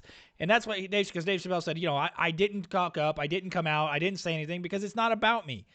This is not my time. This is not a moment for me to come out and make a plea. This is his time. This is the people in the streets' time. This is those people, those protesters. And okay, fine. That's a legitimate argument. But yeah. So the Trump rally, I'm not saying everything to him was a joke. Like, not every statement he made was him joking. But there was a good portion of it where he was joking. Like, he took a glass of water, held it in one hand, sipped it, and then threw the glass away because people were trying to accuse him of having Parkinson's and not being able to do so without using two hands. Yeah, because what they're trying to claim is that, so we're claiming Joe Biden has dementia, and there's a pretty good case for why we think that. So they're trying to claim that Trump is as equal, at least as equal, because again, we know Biden's racist, so they want to say Trump is equally or more racist. We know that Biden is sexist, so they want to say Trump is equally or more sexist. We know that Biden has had issues with control around young women, young girls. So now we're starting to hear, oh, well, Trump raped a 16-year-old girl. No criminal case ever came about this. There's no proof that any of this ever happened. We have pictures of Joe Biden, right? So again, they're deflecting. They're trying to say that Trump is as bad or worse than Biden is because, again, they're trying to excuse why they're going to vote for Biden. They're excusing their own racism. They're excusing their own faults while attacking us for theirs, for what the perceived ones on our side are. Okay, Trump is a 70-something-year-old man. I'm sure there's some level of physical decline, but it appears that he can drink water. Okay, and Yes. he says he's a rambling dude. People are like, well, his stories don't make any sense. Okay, he rambles. Okay, he gets telling a story, and he's like me. I do the same thing. I get telling one story. Both of us. I We're get very to tangential. I get to telling one story, and you know what? I get halfway through that story, and I realize that, well, if you don't know this story, then this other story really doesn't make sense. So then I got to tell this other story. Well, then I get halfway through that story and realize, well, shit, if I don't tell this story, then you got to keep putting things into context, and by the time you're done, you forgot which goddamn story you were on to start with, which is why you and I, if we don't have a damn outline for a show, We fucked. we just go wherever the wind blows, and we never finish we never finish a damn thought. We're just always, oh shit, what were we talking about? Because we get so far off, and so we started building an outline for our shows. Not that we stick to them wholeheartedly, but at least we have an idea what the hell we intended to start the conversation talking about. So the big thing that I heard, so the Joe Biden joke was pretty funny. Did you hear what he just said about Joe Biden? I guess not. So he goes, Joe Biden, you should hear what he says to his wife when he's not confusing her with his sister. Because there's a clip of Joe Biden on stage in a rally for himself late last year during the primaries where he goes, my wife, and points to his sister, and then says my sister and points to his wife and goes to give his sister a kiss. Like, saw her in the face and went to give her a kiss and then got about this far away, and his sister starts pulling back like, oh shit, no. And then he goes, oh, it's not my wife. And so that was pretty funny. What a lot of people are freaking out about right now is that during the speech, we know that Trump is pro the American flag. He thinks you should stand for the flag with your hand over your heart or render salute. He thinks NFL players should do so. He thinks athletes should do so. And I don't particularly disagree with him. I agree that you have freedom of speech and that if you want to kneel or you think it's so-and-so, whatever. But I also have freedom of expression, freedom of thought. And if my expression is a middle finger right in your face, then I have the right to do that as well. We saw the NFL had a lot of trouble with fans. When they allowed people to kneel, the fans revolted and their viewership went way, way, way, way down. So Trump said that he thinks that if you burn a flag, you should get 1 year in prison. He thinks that should be the law. And wasn't there an amendment that was almost passed, and Joe Biden was the one vote in the Senate that didn't allow that to go forward? I'm not certain about that. I haven't. I saw send an me that article about that. I'd have to go find it. Google, bro. But I did read an article about it, and I could have swore I sent it to you, but maybe I didn't. But so there was an amendment proposed, mm-hmm. and an amendment's not something that's just simply done. An amendment is a very strenuous three quarter of the Senate, or it needs a 66%. It needs a supermajority in the Senate, 66% vote in the Senate, and it needs 3/4 of the state to sign off on it. Yes, it's which is why I predict and have predicted before on the show that we will never see a constitutional amendment in our lifetime. They got to 65 votes to do the flag burning situation. And Joe Biden was one of the 35 that dissented. Okay. So here's my argument, right? So I've argued. So today I saw on Twitter a video of a former Marine who was arguing against flying the Confederate flag, and I agree with him in his argument against the Confederate flag. Okay, the Confederate flag was used by people fighting against this country, by fighting against the soldiers of this country. Now, we tried to heal the wounds. We tried to bring the country back together. We did certain things because of that during the Reconstruction era. Okay, great. So I don't personally agree with flying the Confederate flag. If you come to my house, you won't find a Confederate flag. It's not flown inside my home. It's not flown on my flagpole. It won't be on my property. If you're wearing a Confederate flag T-shirt, fine, you can wear a Confederate flag T-shirt. But I'm not going to endorse your wear of that. And I will not be excused if I go get my I'm with stupid shirt and wear it beside you and make sure the finger is pointing at you. So that's fine. But then on the same argument, okay, we shouldn't fly the Confederate flag because it's people who hated the country, and were against the country. But I wanted to, if I could ask him, I was like, but do you support flag burning then? You're a former Marine. You understand what that flag stands for. You understand that it doesn't just stand for the country, that it stands for the men and women who risked their life. The red is not for the country. The red is for the blood that was sacrificed to keep this country independent and to keep this country free. So if you are disrespecting that flag, you're disrespecting what it stands for. Yeah.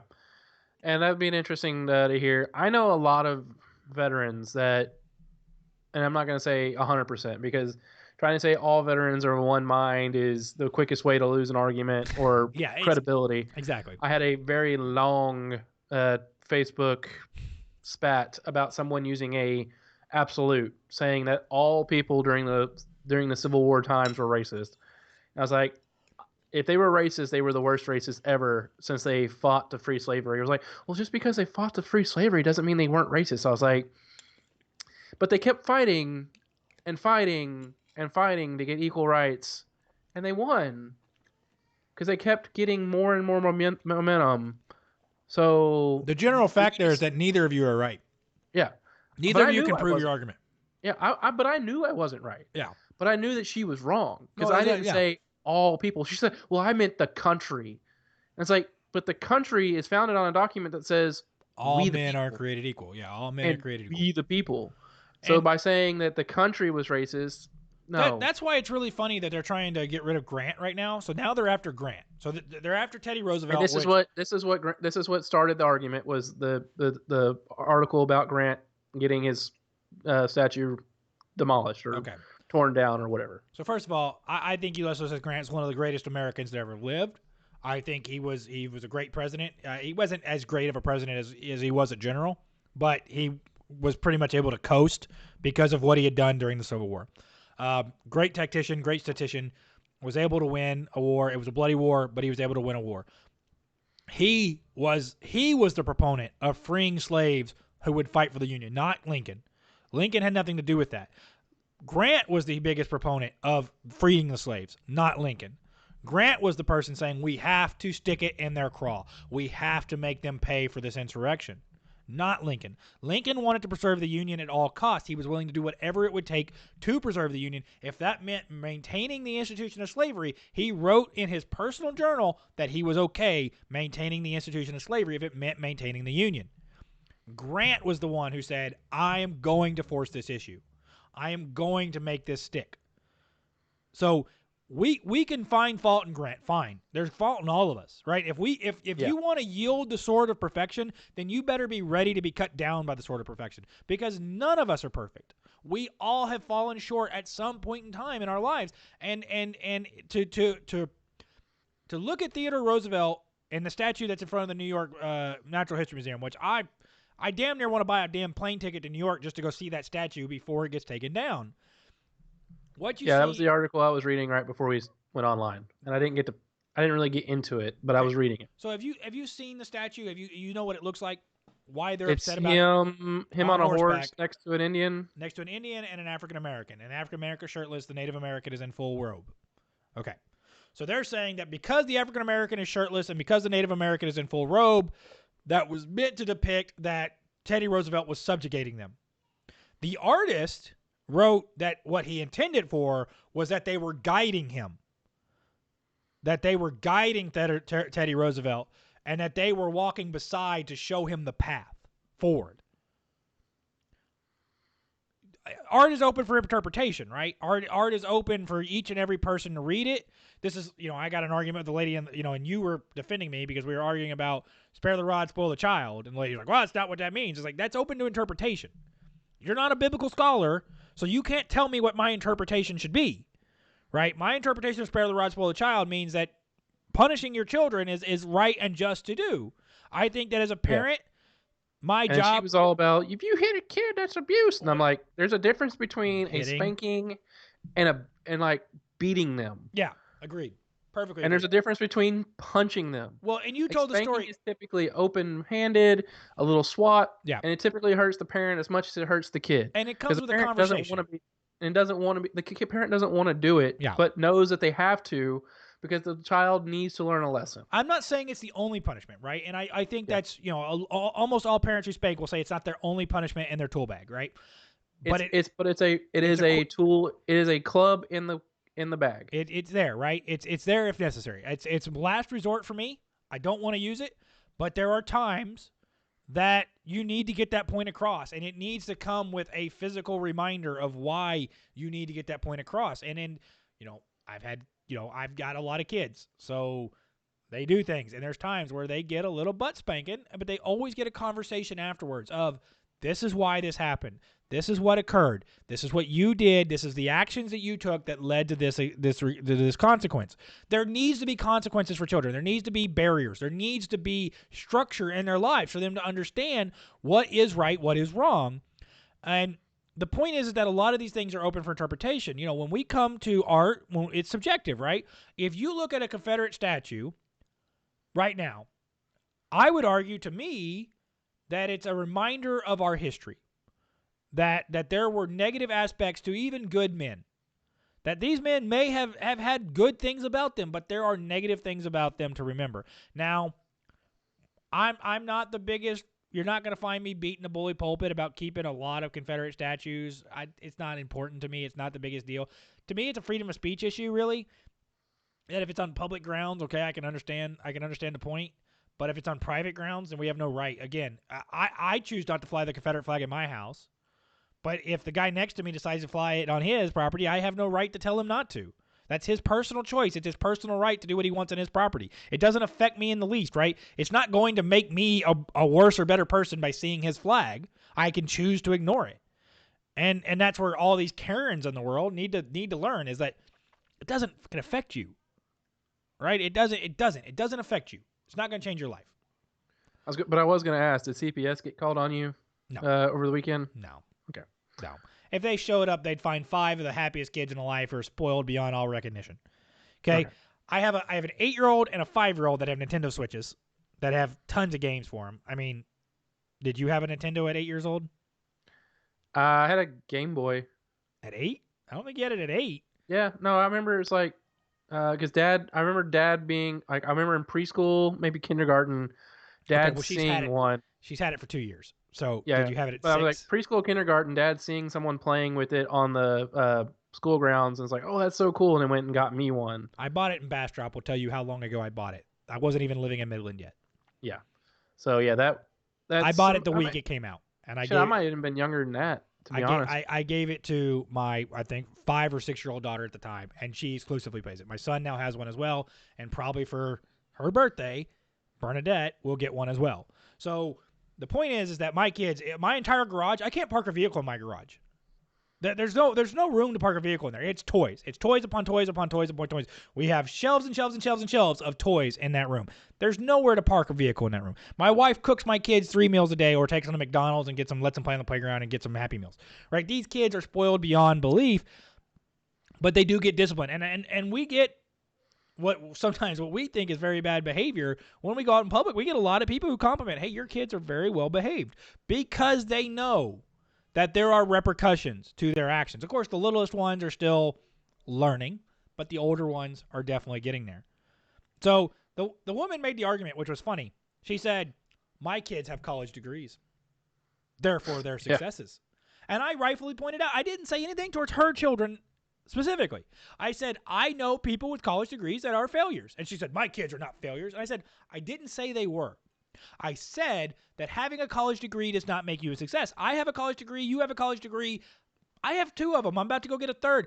Having a college degree does not make you successful. There's plenty of people with gender studies degrees or underwater basket weaving degrees that they can't get jobs. Like you said, they can't get a minimum wage fucking job. Exactly. So that's not a valid argument. But yeah, she did all get all kind of butthurt when you pointed that out, and it was like, reiterating the fact that you did not say that about her children. You just said about people in general. So yeah, the reading comprehension wasn't there completely. She had applied intent to me to begin the conversation. She had applied intent to what I was going to argue, and was going with it. All right. So speaking of Twitter and applying intent, I want to make sure we get this in, and we're running out of time. So I want to make sure because I didn't know anything about 5. The immigration order. I didn't hear okay. anything. Okay. Well, we can talk about that for Only a minute. thing I heard about was the DACA ruling last week, but I hadn't heard We anything. can talk about that for a second too. But let's talk about this. So hopefully our audio will stay on the page. It is. Okay. So what you guys can see here, and Kyle, I sent this to you in screenshot, so pull it up. Yep. So this is a very left-wing guy that pointed this out on Twitter. That if you go to PlayStation, I'm not a PlayStation user. I'm an Xbox guy. I have an Xbox. I don't have a PlayStation. I'm not against Sony per se. I have Sony headphones. I like my Sony headphones. They make a good headphone. But what you'll notice here is that PlayStation in the United States and Europe has put up the rainbow flag to their logo. They're going LGBTQ pride. Great, fine. They want to go LGBTQ pride. That's great for them. But what you'll then notice on the bottom is that in Saudi Arabia and Asia, or the Arab Peninsula and Asia, where homosexuality is definitely not acceptable, all of a sudden they don't have the rainbow flag symbol on their timeline anymore. So why would we go from having the flag symbol there to not having the flag symbol there? Why would it be important to have it in the United States and Europe, but you wouldn't then promote LGBTQ rights in countries where it's not profitable? So there's a couple of explanations. You support LGBTQ rights for majority white populations, and you don't support them for Middle East and Asian populations, and it's a racist intent. There's a homophobic intent that you really don't care about them at all, and that leads to the third intent, which is it's about a profitability intent, that they know that being woke in the country is better for them overall. It'll lead to them not getting a boycott put against them. Whereas in a country like Saudi Arabia, if they were to promote LGBTQ rights, they would be banned from operating within the country. And everybody who owns a PlayStation in Saudi Arabia would likely have it taken away. So why is it? And if you go to this gentleman at Caleb Prime, if you go to his timeline, he has several more examples of this, of other companies that are doing the exact same thing, that are celebrating pride and LGBTQ rights in the countries where it's profitable and not doing so in the countries that would harm them. So what's your thoughts on that, Kyle? So it's a hard one to say because June is Pride Month in the U.S. Okay. But I'm not 100% certain if it is, and I'm certain it's not in every country. But I'm not sure if it's in every country in Europe as well as the U.S. I have nothing against the gay community. You know, I know people that are gay and they're great people. I've got family members. Well, do I have family members in our family? I know I have family members on my wife's side that are gay. They're great people. Do we have any openly gay people in our family that you know of? I can't think of it. Nobody's talked to me about it specifically. Yeah, So. not that I can think of. Don't have, like I said, don't have anything wrong with it. That's their life. That's their choice. That's what they want to do. That's what they're going to do. Cool, no big deal. But these other countries don't recognize gays. They don't recognize gay rights. You'll be murdered. You'll be sentenced to death for being homosexual in Saudi Arabia. So I don't know, man. Iran. They're definitely doing it because here it's the popular thing to do, but over there in those countries it's illegal. So I don't know, man. Look, it's a private company. They're allowed to speak however they want to speak, right? It's a private company. They can do whatever the hell they want to do. But I think it's interesting to point out that they're going to be the same people who are trying to get the woke mob cited against other companies. So is Microsoft going to do the same thing now because they have to keep par with PlayStation, right? The new Xbox comes out and then the new PlayStation are both coming out into this year. There's a PlayStation 5 and the Xbox X, I think is what it's called. No idea. So there's a new Xbox coming out. It's weird. It's completely different look to an Xbox. So instead of being anything that looks like an Xbox before, now it stands up vertically. is its primary way of going, and it's different. It's got a lot of different stuff to it. It's supposed to be, really good graphics and stuff like that. Can't beat my new computer and graphics, but it's supposed to be really good. It's supposed to be a really good product. And by the way, Dell, I don't know if y'all watched our last podcast, because I literally said something about you guys not shipping me my computer fast enough, and then like 10 minutes later got an email saying, "Hey, your computer has shipped." And I was like, were they listening to me? So, all right. Probably not. Oh, your video went away. Did you? I told you in chat. I didn't see it. Okay, so okay, I'll fix that. All right, so it'll be me on the screen for a second until Kyle comes back. Unfortunately, now it used to be that if we paused our video in Skype, it would pause our video in here, but that no longer works. So now if we pause our video in Skype, it just goes to a blue Skype logo. So if you like blue Skype logos, you can see it.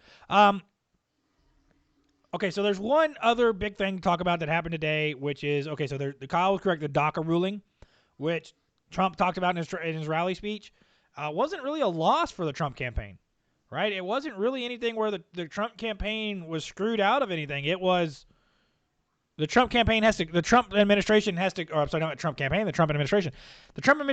back and refile some paperwork, but that's about it. The Supreme Court agrees that Trump has every right to end DACA if he wants to. He has every right to end it, and he just needs to change some paperwork up, do some other things, dot some T's, dot some I's, and it'll be fine. So for all the people who are saying, oh, Trump lost and DACA's decided, DACA's not decided. Trump can still end DACA. Now, the chance that he does it before the election are slim to none. But if he loses the election, I guarantee you he will do it before he cedes power back to President, or could be President Biden. Yeah, and Senator Cruz came out with a very large statement on that, and I sent that to you. I don't know if you got a chance to watch it or not. But Cruz said that. Yeah, but Cruz said that Roberts is playing games at the SCOTUS level. Is that he knows good and well that what Trump is doing is legal and it should be done. And he even pointed out that what DACA is illegal and should not be there, but that they didn't do it the right way. So the argument Clarence Thomas made there was that, and Senator Cruz agreed with him, is that the president doesn't have to find a correct way to end something that should not be existing in and of itself. If it's illegal to start with, then the president is not bound to follow a certain procedure to end a program that is not legal on its face. And again, we saw the conservative judges side on this, that they said, okay, this is not legal. It is not constitutional for President Obama to have done this. And the funny thing is that Roberts, in his majority opinion, said that Trump did not follow congressional standards when the entirety of the program is a bypass of congressional standards. DACA is simply President Obama bypassing Congress with an executive order and taking power from Congress. And yeah, this was SCOTUS's opportunity to rein in executive privilege, and they did not, which has gotten out of hand. A little out of hand, and Trump is taking advantage of it. Yeah, and they could have reined Trump. They could have reined Trump in by doing this, and I'm not sure why they didn't take the opportunity. Yeah, so they had an opportunity to set up where executive orders were not as powerful as what they had been, and they've just reinforced, that's a bad situation. I'm reading very stupid responses on Twitter to some COVID information. I pointed out legitimate facts about COVID, and people have, if million die, that is a political decision. Your government chose to give billions to the wealthy, not those in need. Hospital capacity is more complicated. Shutdown meant fewer accidents, and all non-essential medical interventions were canceled and staff laid off. Yeah. So the argument she's trying to make here, and that she was trying to make, is that that we should shut down the economy again because COVID cases. And I said, well, for people under 55 years old, there's no statistical proof that COVID is affecting them, right? 80% of the deaths come from 15% of the population. So there's no reason for people under the age of 55 to fear this because there's very little. They represent people under the age of 45 represent 2% of the total deaths in this country due to COVID. If you're under 45 years old, you statistically have no greater chance of dying from COVID than you have from dying of anything else. You have a greater statistical chance of dying from all other things. So just lump it in with everything else, right? It's not going to be the thing that should make your decision. If you're over the age of 55, though, you need to take some precaution. There's a statistical likelihood that this will be the thing that kills you. So we can segregate certain parts of the population based on age and say, okay, we're going to protect those portions of the population. We're not going to be New York, Pennsylvania, Michigan, California, New Jersey, and say, okay, well, we're going to throw the population to the wolves, and we're going to stick COVID active patients in with the elderly in nursing homes and long-term care homes. That's fucking retarded.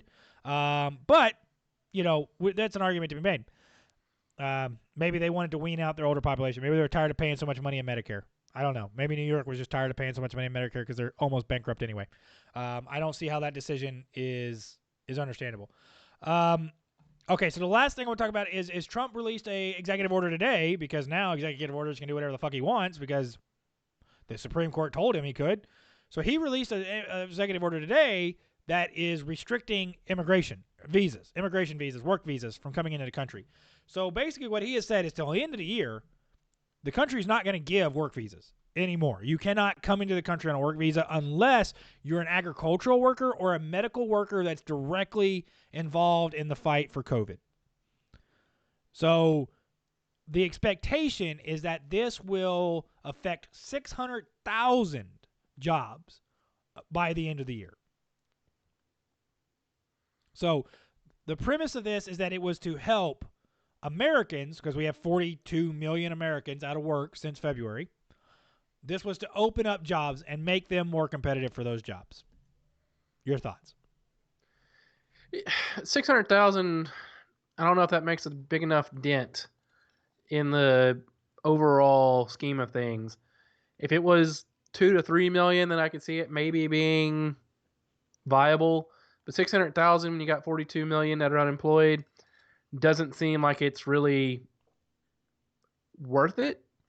Okay, but that's 600,000 on top of all the other jobs that will come back once the economy is fully back open. Yeah.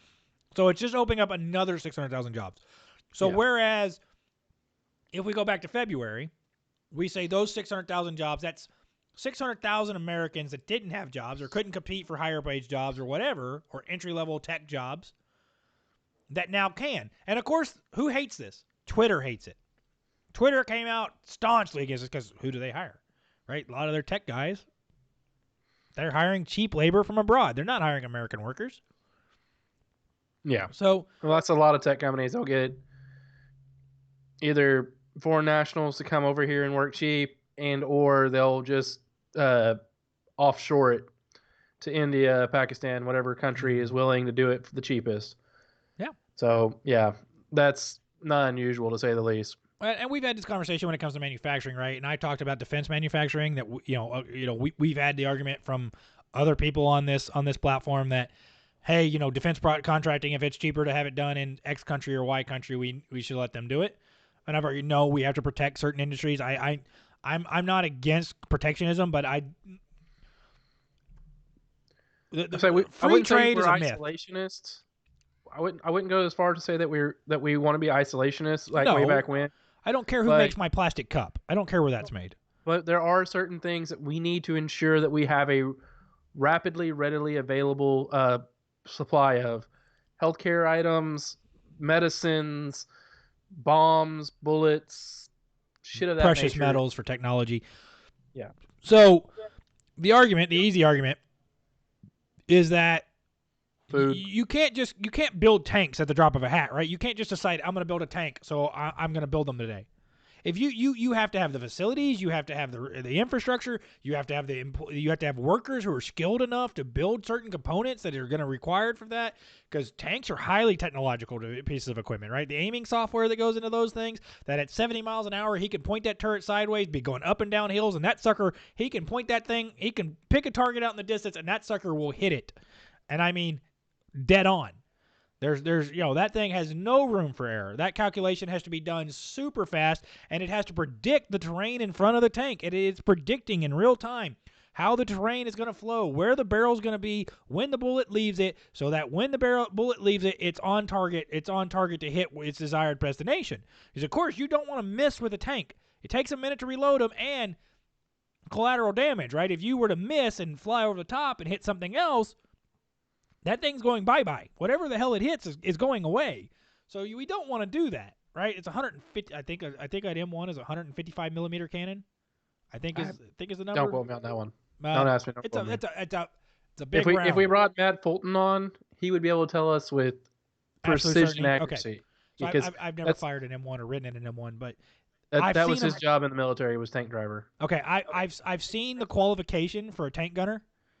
And it is one hell of a thing. Like, they put those tanks, they're going up and down hills. It looks like a dirt bike course, really. And these tanks are, and they're ping, ping, ping. It's impressive to watch what those things can do. So the point is that you can't just scale these things up. You need workers that are skilled enough to do so. And you don't want to offshore it, because then they're going to have access to that technology, and who knows where that technology is going to follow, right? And tanks are one of those things where a little bit of advantage in a tank means you have a ton of advantage in a tank. If your tank is a little bit faster and can shoot a little bit further, it can be a little bit more accurate and use a little less fuel, that tank wins. We saw this in World War II. The reason we were able to beat Hitler out of North Africa is that Patton was able to make better use of his tanks than Rommel was. And the reason he was able to do so is he read Rommel's book, got all of Rommel's strategies, and used them against him. Because he had inferior equipment, but superior intellect. Well, that and Rommel didn't know Patton's abilities. So Patton was playing at an advantage in the simple fact that he knew what Rommel was going to do, whereas Rommel had no idea what Patton was going to do. Rommel made a huge mistake of writing his strategies before retiring as a general. Yes. Yeah, that's key number one. So we're at the point in time where we usually call it a night. We didn't, of course, get to sports again. To be honest with you, the real newsworthy stuff in sports is that Bubba Wallace got a noose left in his thing, and that was, well, everything I've not seen any of this. I've seen it happened. Okay, so there's a couple people pointing out a very key feature of this. Every NASCAR garage is heavily video recorded to ensure there's no cheating. Mm-hmm. So if this occurred in the garage, as Bubba Wallace claims it did, there would be video evidence of it. Why would that video evidence not have been released by now? Why would we not see the person who came in? And I'm not saying it doesn't exist. Maybe they're doing an investigation. It could exist, right? But we've seen it with Jussie Smollett. We've seen it with some other people. We saw it in Oakland this last week. A guy got accused. There's a noose, and we're going to investigate this in hate crime. And then all of a sudden out comes this black guy. Goes, they're not nooses. They're rope swings. I built rope swings for the kids to play from, and I've been paying for them and putting them up because the city won't do anything for these kids in these parks. So I went around, I got some rope, I tied up some rope swings, and I let the kids play on them. The kids enjoy it. The kids have fun. It's not a noose at all. And the mayor said, we're still going to investigate it as a hate crime. It's like, so you're going to throw this. Now you're saying this guy is a criminal. If you're going to investigate this as a hate crime, this guy has admitted to doing it, which means you're calling him a criminal. So is he going to go to jail because he put up rope swings for kids? I mean, if they investigate it and do a legitimate investigation, hate crime has to be at a federal level, right? The hate crime requires a federal investigation, which means there's not a damn. What they've done is they've given Trump a gift here, because the Oakland mayor has said that this black guy is racist against black people, and Trump's going to go, oh yeah, we investigated that and we found that was perfectly legitimate. And we're not going to put this black guy in jail, where that Oakland mayor wanted to put that black guy in jail. Yeah. So, like I said, if they do a legitimate investigation and not a rush to judgment, they're going to find that it's just a rope swing. California is rushed to judgment. Yeah. Let's be honest. The only other big thing that happened is we've seen a little bit of a coronavirus outbreak amongst NCAA football teams. I wouldn't say it was really a outbreak, is in that they all got tested when they came back to school. Okay. And even if they were asymptomatic, they didn't have not synchramatic. Whatever. You knew what I meant. I enjoy Even if they were grammar. asymptomatic, they were labeled as, COVID positive because, I mean, they are, and fine. but they're not actively, exhibiting signs of it. Yeah. So they're getting a 2-week self-quarantine and, they're good to go. At that age and that physical We just talked regimen about that it. they uphold, the specimens that they are, they're going to be fine. But yeah, you bring a lot of young adults back to school from wherever they've been, and the faculty and the staff, not the faculty, but the staff and the staffers and the coaches. Because like A&M tested like 600 people, and they had 4 cases. And I'm sure Alabama had 600 plus people as well, and I think they had like 20 cases. LSU, something of that nature. I think they had 30 cases. But again, these are not people who are exhibiting signs of the virus. They just, they're testing positive for it. So they put them in self-isolation for 2 weeks, and they should be good to go. Yep. So I'm responding to trolls on Twitter. The last one, and maybe you saw it because I retweeted the guy. Did you see the guy that called me a white supremacist and called me a fascist and all these other things? And so my only rebuttal to him was to invite him on the show. Like, if I'm such a No, I didn't see it. Right, so I was having an argument that was I can't really remember. It was something I can't remember exactly what the argument started about. But he ends up, oh yeah, you're a white supremacist, aren't you? You're a member of the Proud Boys. I was like, look, dude, I don't give a shit what you think about me, right? Like, if you think whatever, fuck it. And he's like, then he got in. He's like, see, this guy admits that he's a white supremacist and he's a member of 2 hate groups. And it's like, all right, man, cool. Like, if that's what you want to think. And it was like, so I started retweeting it. And I'm like, oh, somebody on Twitter doesn't like me. Oh no. And funnily enough, I liked every one of his tweets. I was the only person that liked these tweets. Nobody in his timeline liked these tweets. I looked, he had like 197 followers, right? It's not that I have a ton of followers. It was just funny because he was like, oh yeah, we're gonna get this guy canceled. And it was like, he's got a YouTube show where he talks to conservatives. He's not conservative. And I see that he started doing research. He started looking into my timeline and came to the YouTube channel. And he's like, all of a sudden he reaches out and he's like, man, actually you're not as bigoted as I thought you were. And I'd like to actually, because I invited him on the show. I said, you know what? You have a different opinion to me. Come on the show. Let's discuss it, right? You seem fun. Let's have a real debate. Let's not debate on Twitter where it's 140 characters at a time and things get taken out of context. Come on the show, and I'll have you on the show, and I'll let you set the topics, and I'll let you discuss what you want to discuss, and we'll have a real debate. Civil and polite. We're not going to call each other names. We're not going to call each other white supremacists. We're not going to call each other evil, whatever. And then I might call him a labelist. all of a sudden, his attitude shifted. And so he's like, oh, you know what? I might come on the show. And I was like, wait, so am I not a fascist anymore? I was a fascist 2 minutes ago. Now I'm not a fascist? Like, how did that work out? And I put a little, the smiley, the sunglasses emoji, the smiling sunglasses emoji. I love that emoji.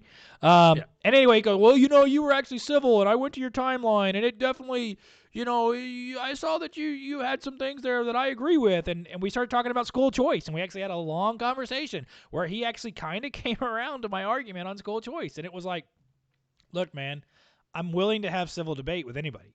If you disagree with me, fine. Dan and I disagree all the time. Dan and I disagree vehemently on things. But I'll have a civil debate with him. Our logic is different. The way we think is different. And I think the first thing we have to do in our country and to get back to civil debate is stop applying intent. If you immediately go into the conversation thinking he's racist, there's nothing I can do to defeat that. I can't change your perception. If you go into it thinking, you know what, maybe his logic is a little different than mine and he legitimately wants to make change and make things better, then we have a chance. So I'm happy to get into Twitter troll fights with you. If you want to get into a Twitter troll fight, my link is right there, buddy. Hit me up. I'm fine with it. We'll go. I don't mind. I have things. I have time. Oil and gas is slow right now, guys. I have time. But if you want to have civil debate, the link is there too. Hit me up, right? We will have a civil debate. If you think something that I said on the show is interesting, or you don't agree, or you think there's a different way or a little bit better, and you want to make a rebuttal to me, you want to think that you think you have a better way to do it, let me know. And you know what? If your way makes more sense than mine, I'm willing to admit it. Right? My opinions are not always correct, and I have changed and shifted opinions throughout time based on new information or somebody presenting a more logical argument to me. Happy to do so. But for everybody else that is not subscribed to the channel, please subscribe to the channel. Please click the subscribe button below you to make sure, and click the notification bell. Make sure you're knowing when we're going to be on, because it's not just SBU. It's ZGM. It's HSP. It's the forum. There's a lot of other stuff that we do. You can find us on SoundCloud. You can find us on Podbean. You can find us on iTunes. Kyle and I will have our own iTunes feed soon-ish, as soon as Kyle decides he can figure out how to do it. It's not Kyle, it's Luke. Okay, so at least as far as I'm aware, it's Luke. I don't know. Y'all two were blowing up Discord today. We have a Discord server. If you ever want to join the Discord server, hit me up on Twitter. I'll send you the link to join our Discord server. I'm not going to give you access to all of our channels because Kyle and I do show prep through some of the channels, but we have a general channel where you can get on and you can discuss things with us, and you can give us ideas for show topics. You can talk to us about certain things and get more in-depth analysis or get us to respond to you directly. We're happy to do so. We're here. And hey, guys, if you're watching these videos, please, when you watch live, the chat is open. We sit here, we monitor the chat, we look at it, we answer questions based off the chats. If you have a legitimate concern, a legitimate question, we will address it during the show. So if you want to watch live, again, click that notification bell. The notification bell will let you know when our broadcast will be coming out. And I will try my best to schedule the broadcast with enough time that you're not finding out about it right before it starts, that you can plan to watch it. Yeah. We do our best to do Mondays and Thursdays. So if you want to kind of get in that routine, Mondays and Thursdays, 7:30, that's when we try to do our show. Providing nothing goes boom like Ross's computer or one of our lives. Typically, we're going to be on Mondays and Thursday nights, 7:30. Like we've discussed in the past, Monday nights is more if we're going to have a guest on, it's going to be more of a roundtable discussion and more of a forum style topic debate kind of situation, whereas Thursdays are going to be more of our interviews where we actually bring someone on and learn about them and their perspective on things. Like last week we have Olivia Rondell on, and we found out a lot more about things that we probably never would have if it wouldn't have been for her coming on, like the reparations situation. I didn't even know that was a topic that was going to come up, but it was an interesting topic, and it was a great topic that ended up garnering a lot of conversation. Yeah, and it garnered a lot of conversation, and I learned something about it. Now, I'm not going to say I agree with her 100%. I'm not going to say I disagree with her 100%, but now I know more than I did before. So we always welcome people on for that kind of situation. We've had a gentleman reach out to us about talking about some stuff that's QAnon, deep state, and we're kind of trying to jam. It's not really our jam, but we're kind of trying to debate. Like maybe we'll have him on for a Monday show because I think if we're gonna have him on, we got to have Russ on. Honestly, yeah, because I think Russ is more into that kind of stuff, and I think Russ. I don't know. I don't get into the deep state QAnon kind of movements too much. I get a little bit of it from Twitter, from some of the people I follow who kind of have some leanings to that. But I'll be honest, it's not really my jam to get into the conspiracy theory kind of stuff because okay, some of it could be true. I'm not saying it's all false. But there's enough of it that is not true to say, well, I'm just not going to pay attention to any of it. Yeah, there's enough to make you think, but there's also at the same time make you go, that might be a reach. And a lot of times it's a reach. So we'll see. One day there will be maybe a conversation that we have. I've talked to him. He's a nice guy. He wants to come on the show. He blew up our chat last week. Not here this week, though.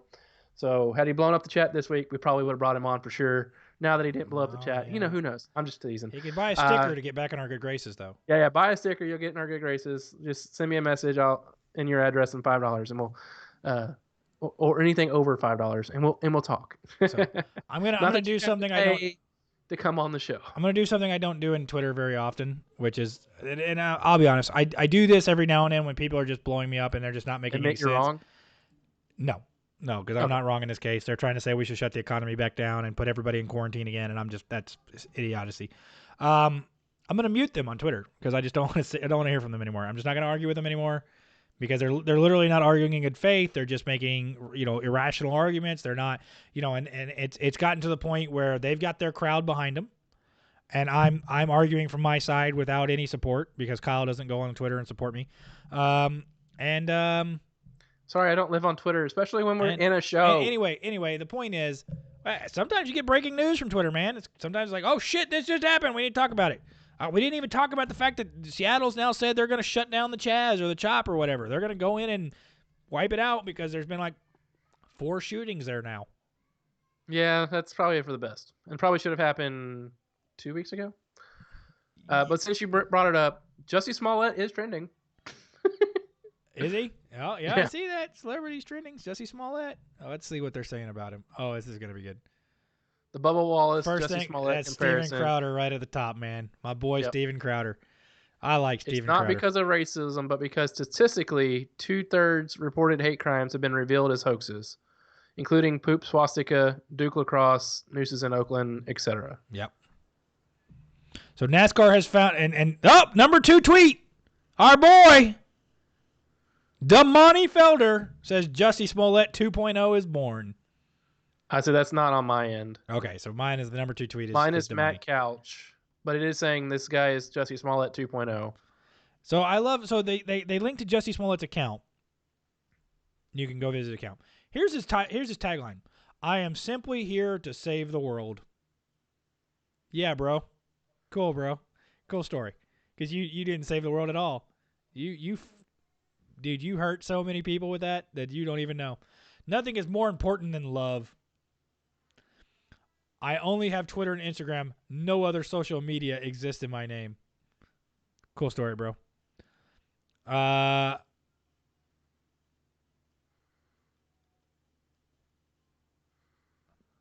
Okay, so yeah, it's just a lot of people who are still kind of thinking this is a hoax. And I don't know that it is. I'm not saying it is a hoax. Again, this is one of those situations where we don't have the evidence yet. I don't have evidence saying it's not a hoax. I don't have evidence saying it is a hoax. It could be. You're deep in thought over there. I'm just reading some of the different. The smoke. I'm just reading some of the different tweets. So, guys, There's a lot of stuff. Oh, and I finally found the Damani tweet. So 2 hours, guys. We've been into this. We've covered a lot of topics tonight. There's more topics we could go over. Okay, so let's recap real quick. So first of all, like I said, subscribe and like the video. Make sure you hit the notification bell if you haven't.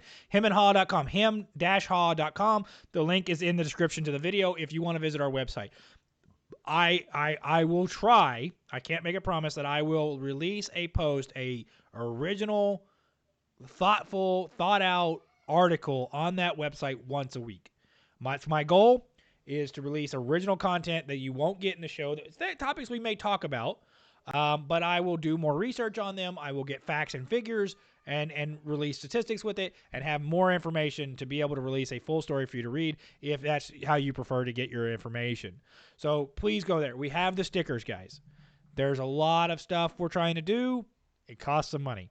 If you would like to support our channel, the fastest way you could do so is by hitting the subscribe button because that helps us get monetized on YouTube so we can immediately get demonetized by YouTube. It also is going and purchasing some of the swag we have. Kyle, show it off. Meh. There you go. So it's the I was gonna say we might have to follow Joe Rogan and his experience on over to Spotify. Yeah. But, well, when they offer me $2 million, I'll make the jump. Yeah. With that being said, guys, we talked about If they offered us $100,000, we'd make the jump. Don't lie. Yeah. We were going to talk a little more about trade schools, specifically trade schools tonight. We didn't get to that. We were going to talk about charter schools. We didn't really get to that. We should probably bring St. Kincaid back on if we're going to talk trade schools, though. We should really talk about that. We've got a couple other guests in the works that will be people to talk about this as well. So we may have a forum night where we may just have 4 or 5 people on, and we may just go through a discussion on these things. We talked about Jimmy Kimmel. If you're a fan of Jimmy Kimmel, I mean, I don't know why. The dude's not actually that funny. He's propped up by ABC. He gets to talk to the Avengers first because it's an ABC product. It's a Disney product, so he gets the first interviews with them. So he gets to do all the breaking stuff on that. It's just he's propped up by ABC. He's not that great. We talked about the Trump rally. We talked about the TikToking. The TikTok ticketing is what I called it in the bio. I thought that was clever. TikTok ticketing. Really didn't affect anything. Damani sent pictures. It was fairly full other than the top row. Quite a few people there, and there was a lot of people outside, and it was heavily watched online. It was one of the most watched online things for live streaming ever. We talked about the immigration order. It affects, like 600,000 jobs. Like Kyle said, it's not a lot of jobs, but it is, hey, every job we can get right now is important. if you can get a job right now, power to you. Kyle and either Kyle and I are out of work, so right now we're doing fine. Knock on every bit of wood I have right here. But, okay, we hope you can get a job if you're out of a job. If you're watching this and you were laid off or furloughed or whatever else, you did get some. If you're a designer / a web developer / a YouTube editor, and you can afford to get some experience but not some pay, we got a job for you. Yeah, but we can't pay you yet. Yeah, we're happy. But we're willing to at least give you the experience. Yeah, we'll give you a good recommendation. With that being said, hopefully, guys, with the new computer, the stream should have run fairly smoothly. Hopefully, it's 60 frames per second. It's a little more crisper. The the video quality is a little better. And after we got the initial audio issue worked out, it seems that that's all worked out. So, guys, we talked about a lot of different stuff tonight. Please do like and subscribe. We are getting constant error messages from YouTube, but it's not because we're doing bad. It's because we're doing better than what they expect. Yes. And YouTube, live streaming on YouTube is kind of weird because the preferred bit rate is 2,500 kilobits per second, which is what I have my streaming software set to output at. Sometimes it gets a little higher, sometimes it gets a little lower. But the second you set it at 2,500 kilobits per second, YouTube will say it wants 1,000 kilobits per second.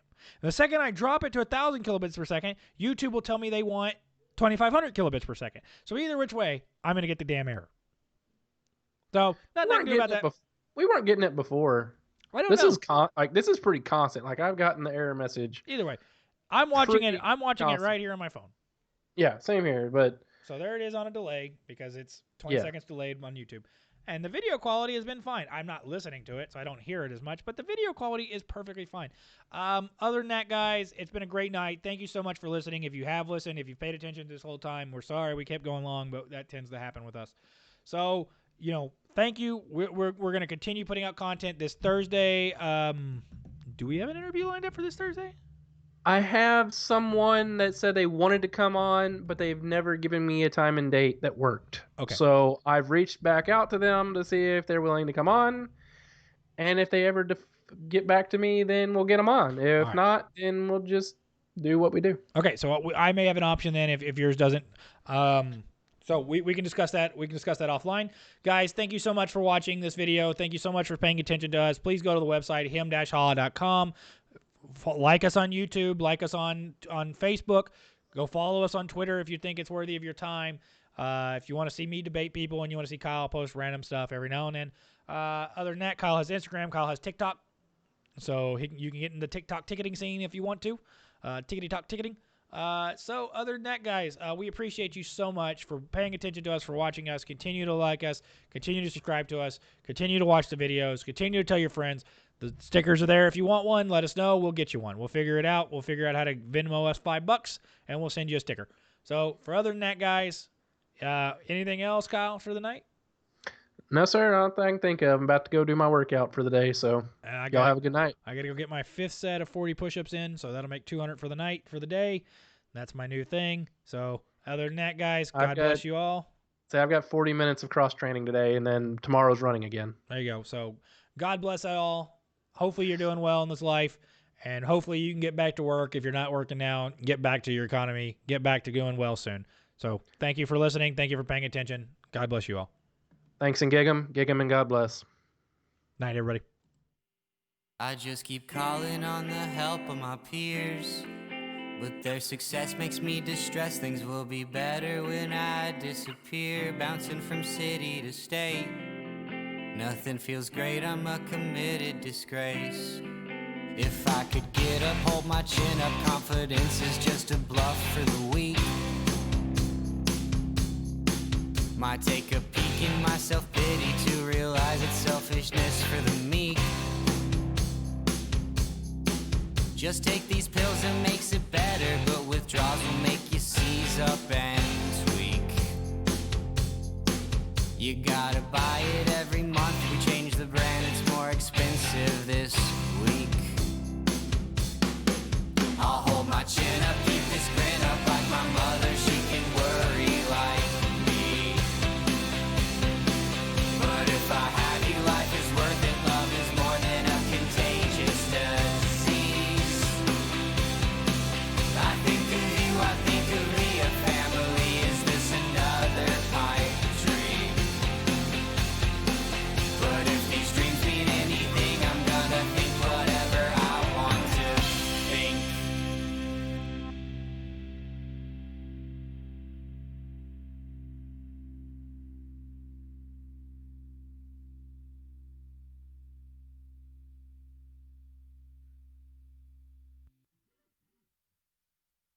I just can't convince myself to look. Why can't I be strong in the place where you read your books? I just can't rely on happenstance. Didn't say goodbye before you died, I should've took that chance. But you'll never leave me, no, my heart is bleeding, and I know this feeling's not fleeting. Your hugs were the best thing, just wrapped up in your strength. I'd give up to be there right now. I just want you back, we all want that. I just wish that you hadn't forgotten. I hate this disease, I hate human beings. We fall apart before we get broken. I just can't believe you're not here with me. We should be out back sitting underneath that willow tree. You could talk and I'd be listening. I didn't take the time to read your mind before you forgot me. Okay. But you'll never leave me, no, my heart is bleeding, and I know this feeling's not fleeting. Your hugs were the best thing, just wrapped up in your strength. I'd give up to be there right now. I just want you back, we all want that. I just wish that you hadn't forgotten. I hate this disease, I hate you.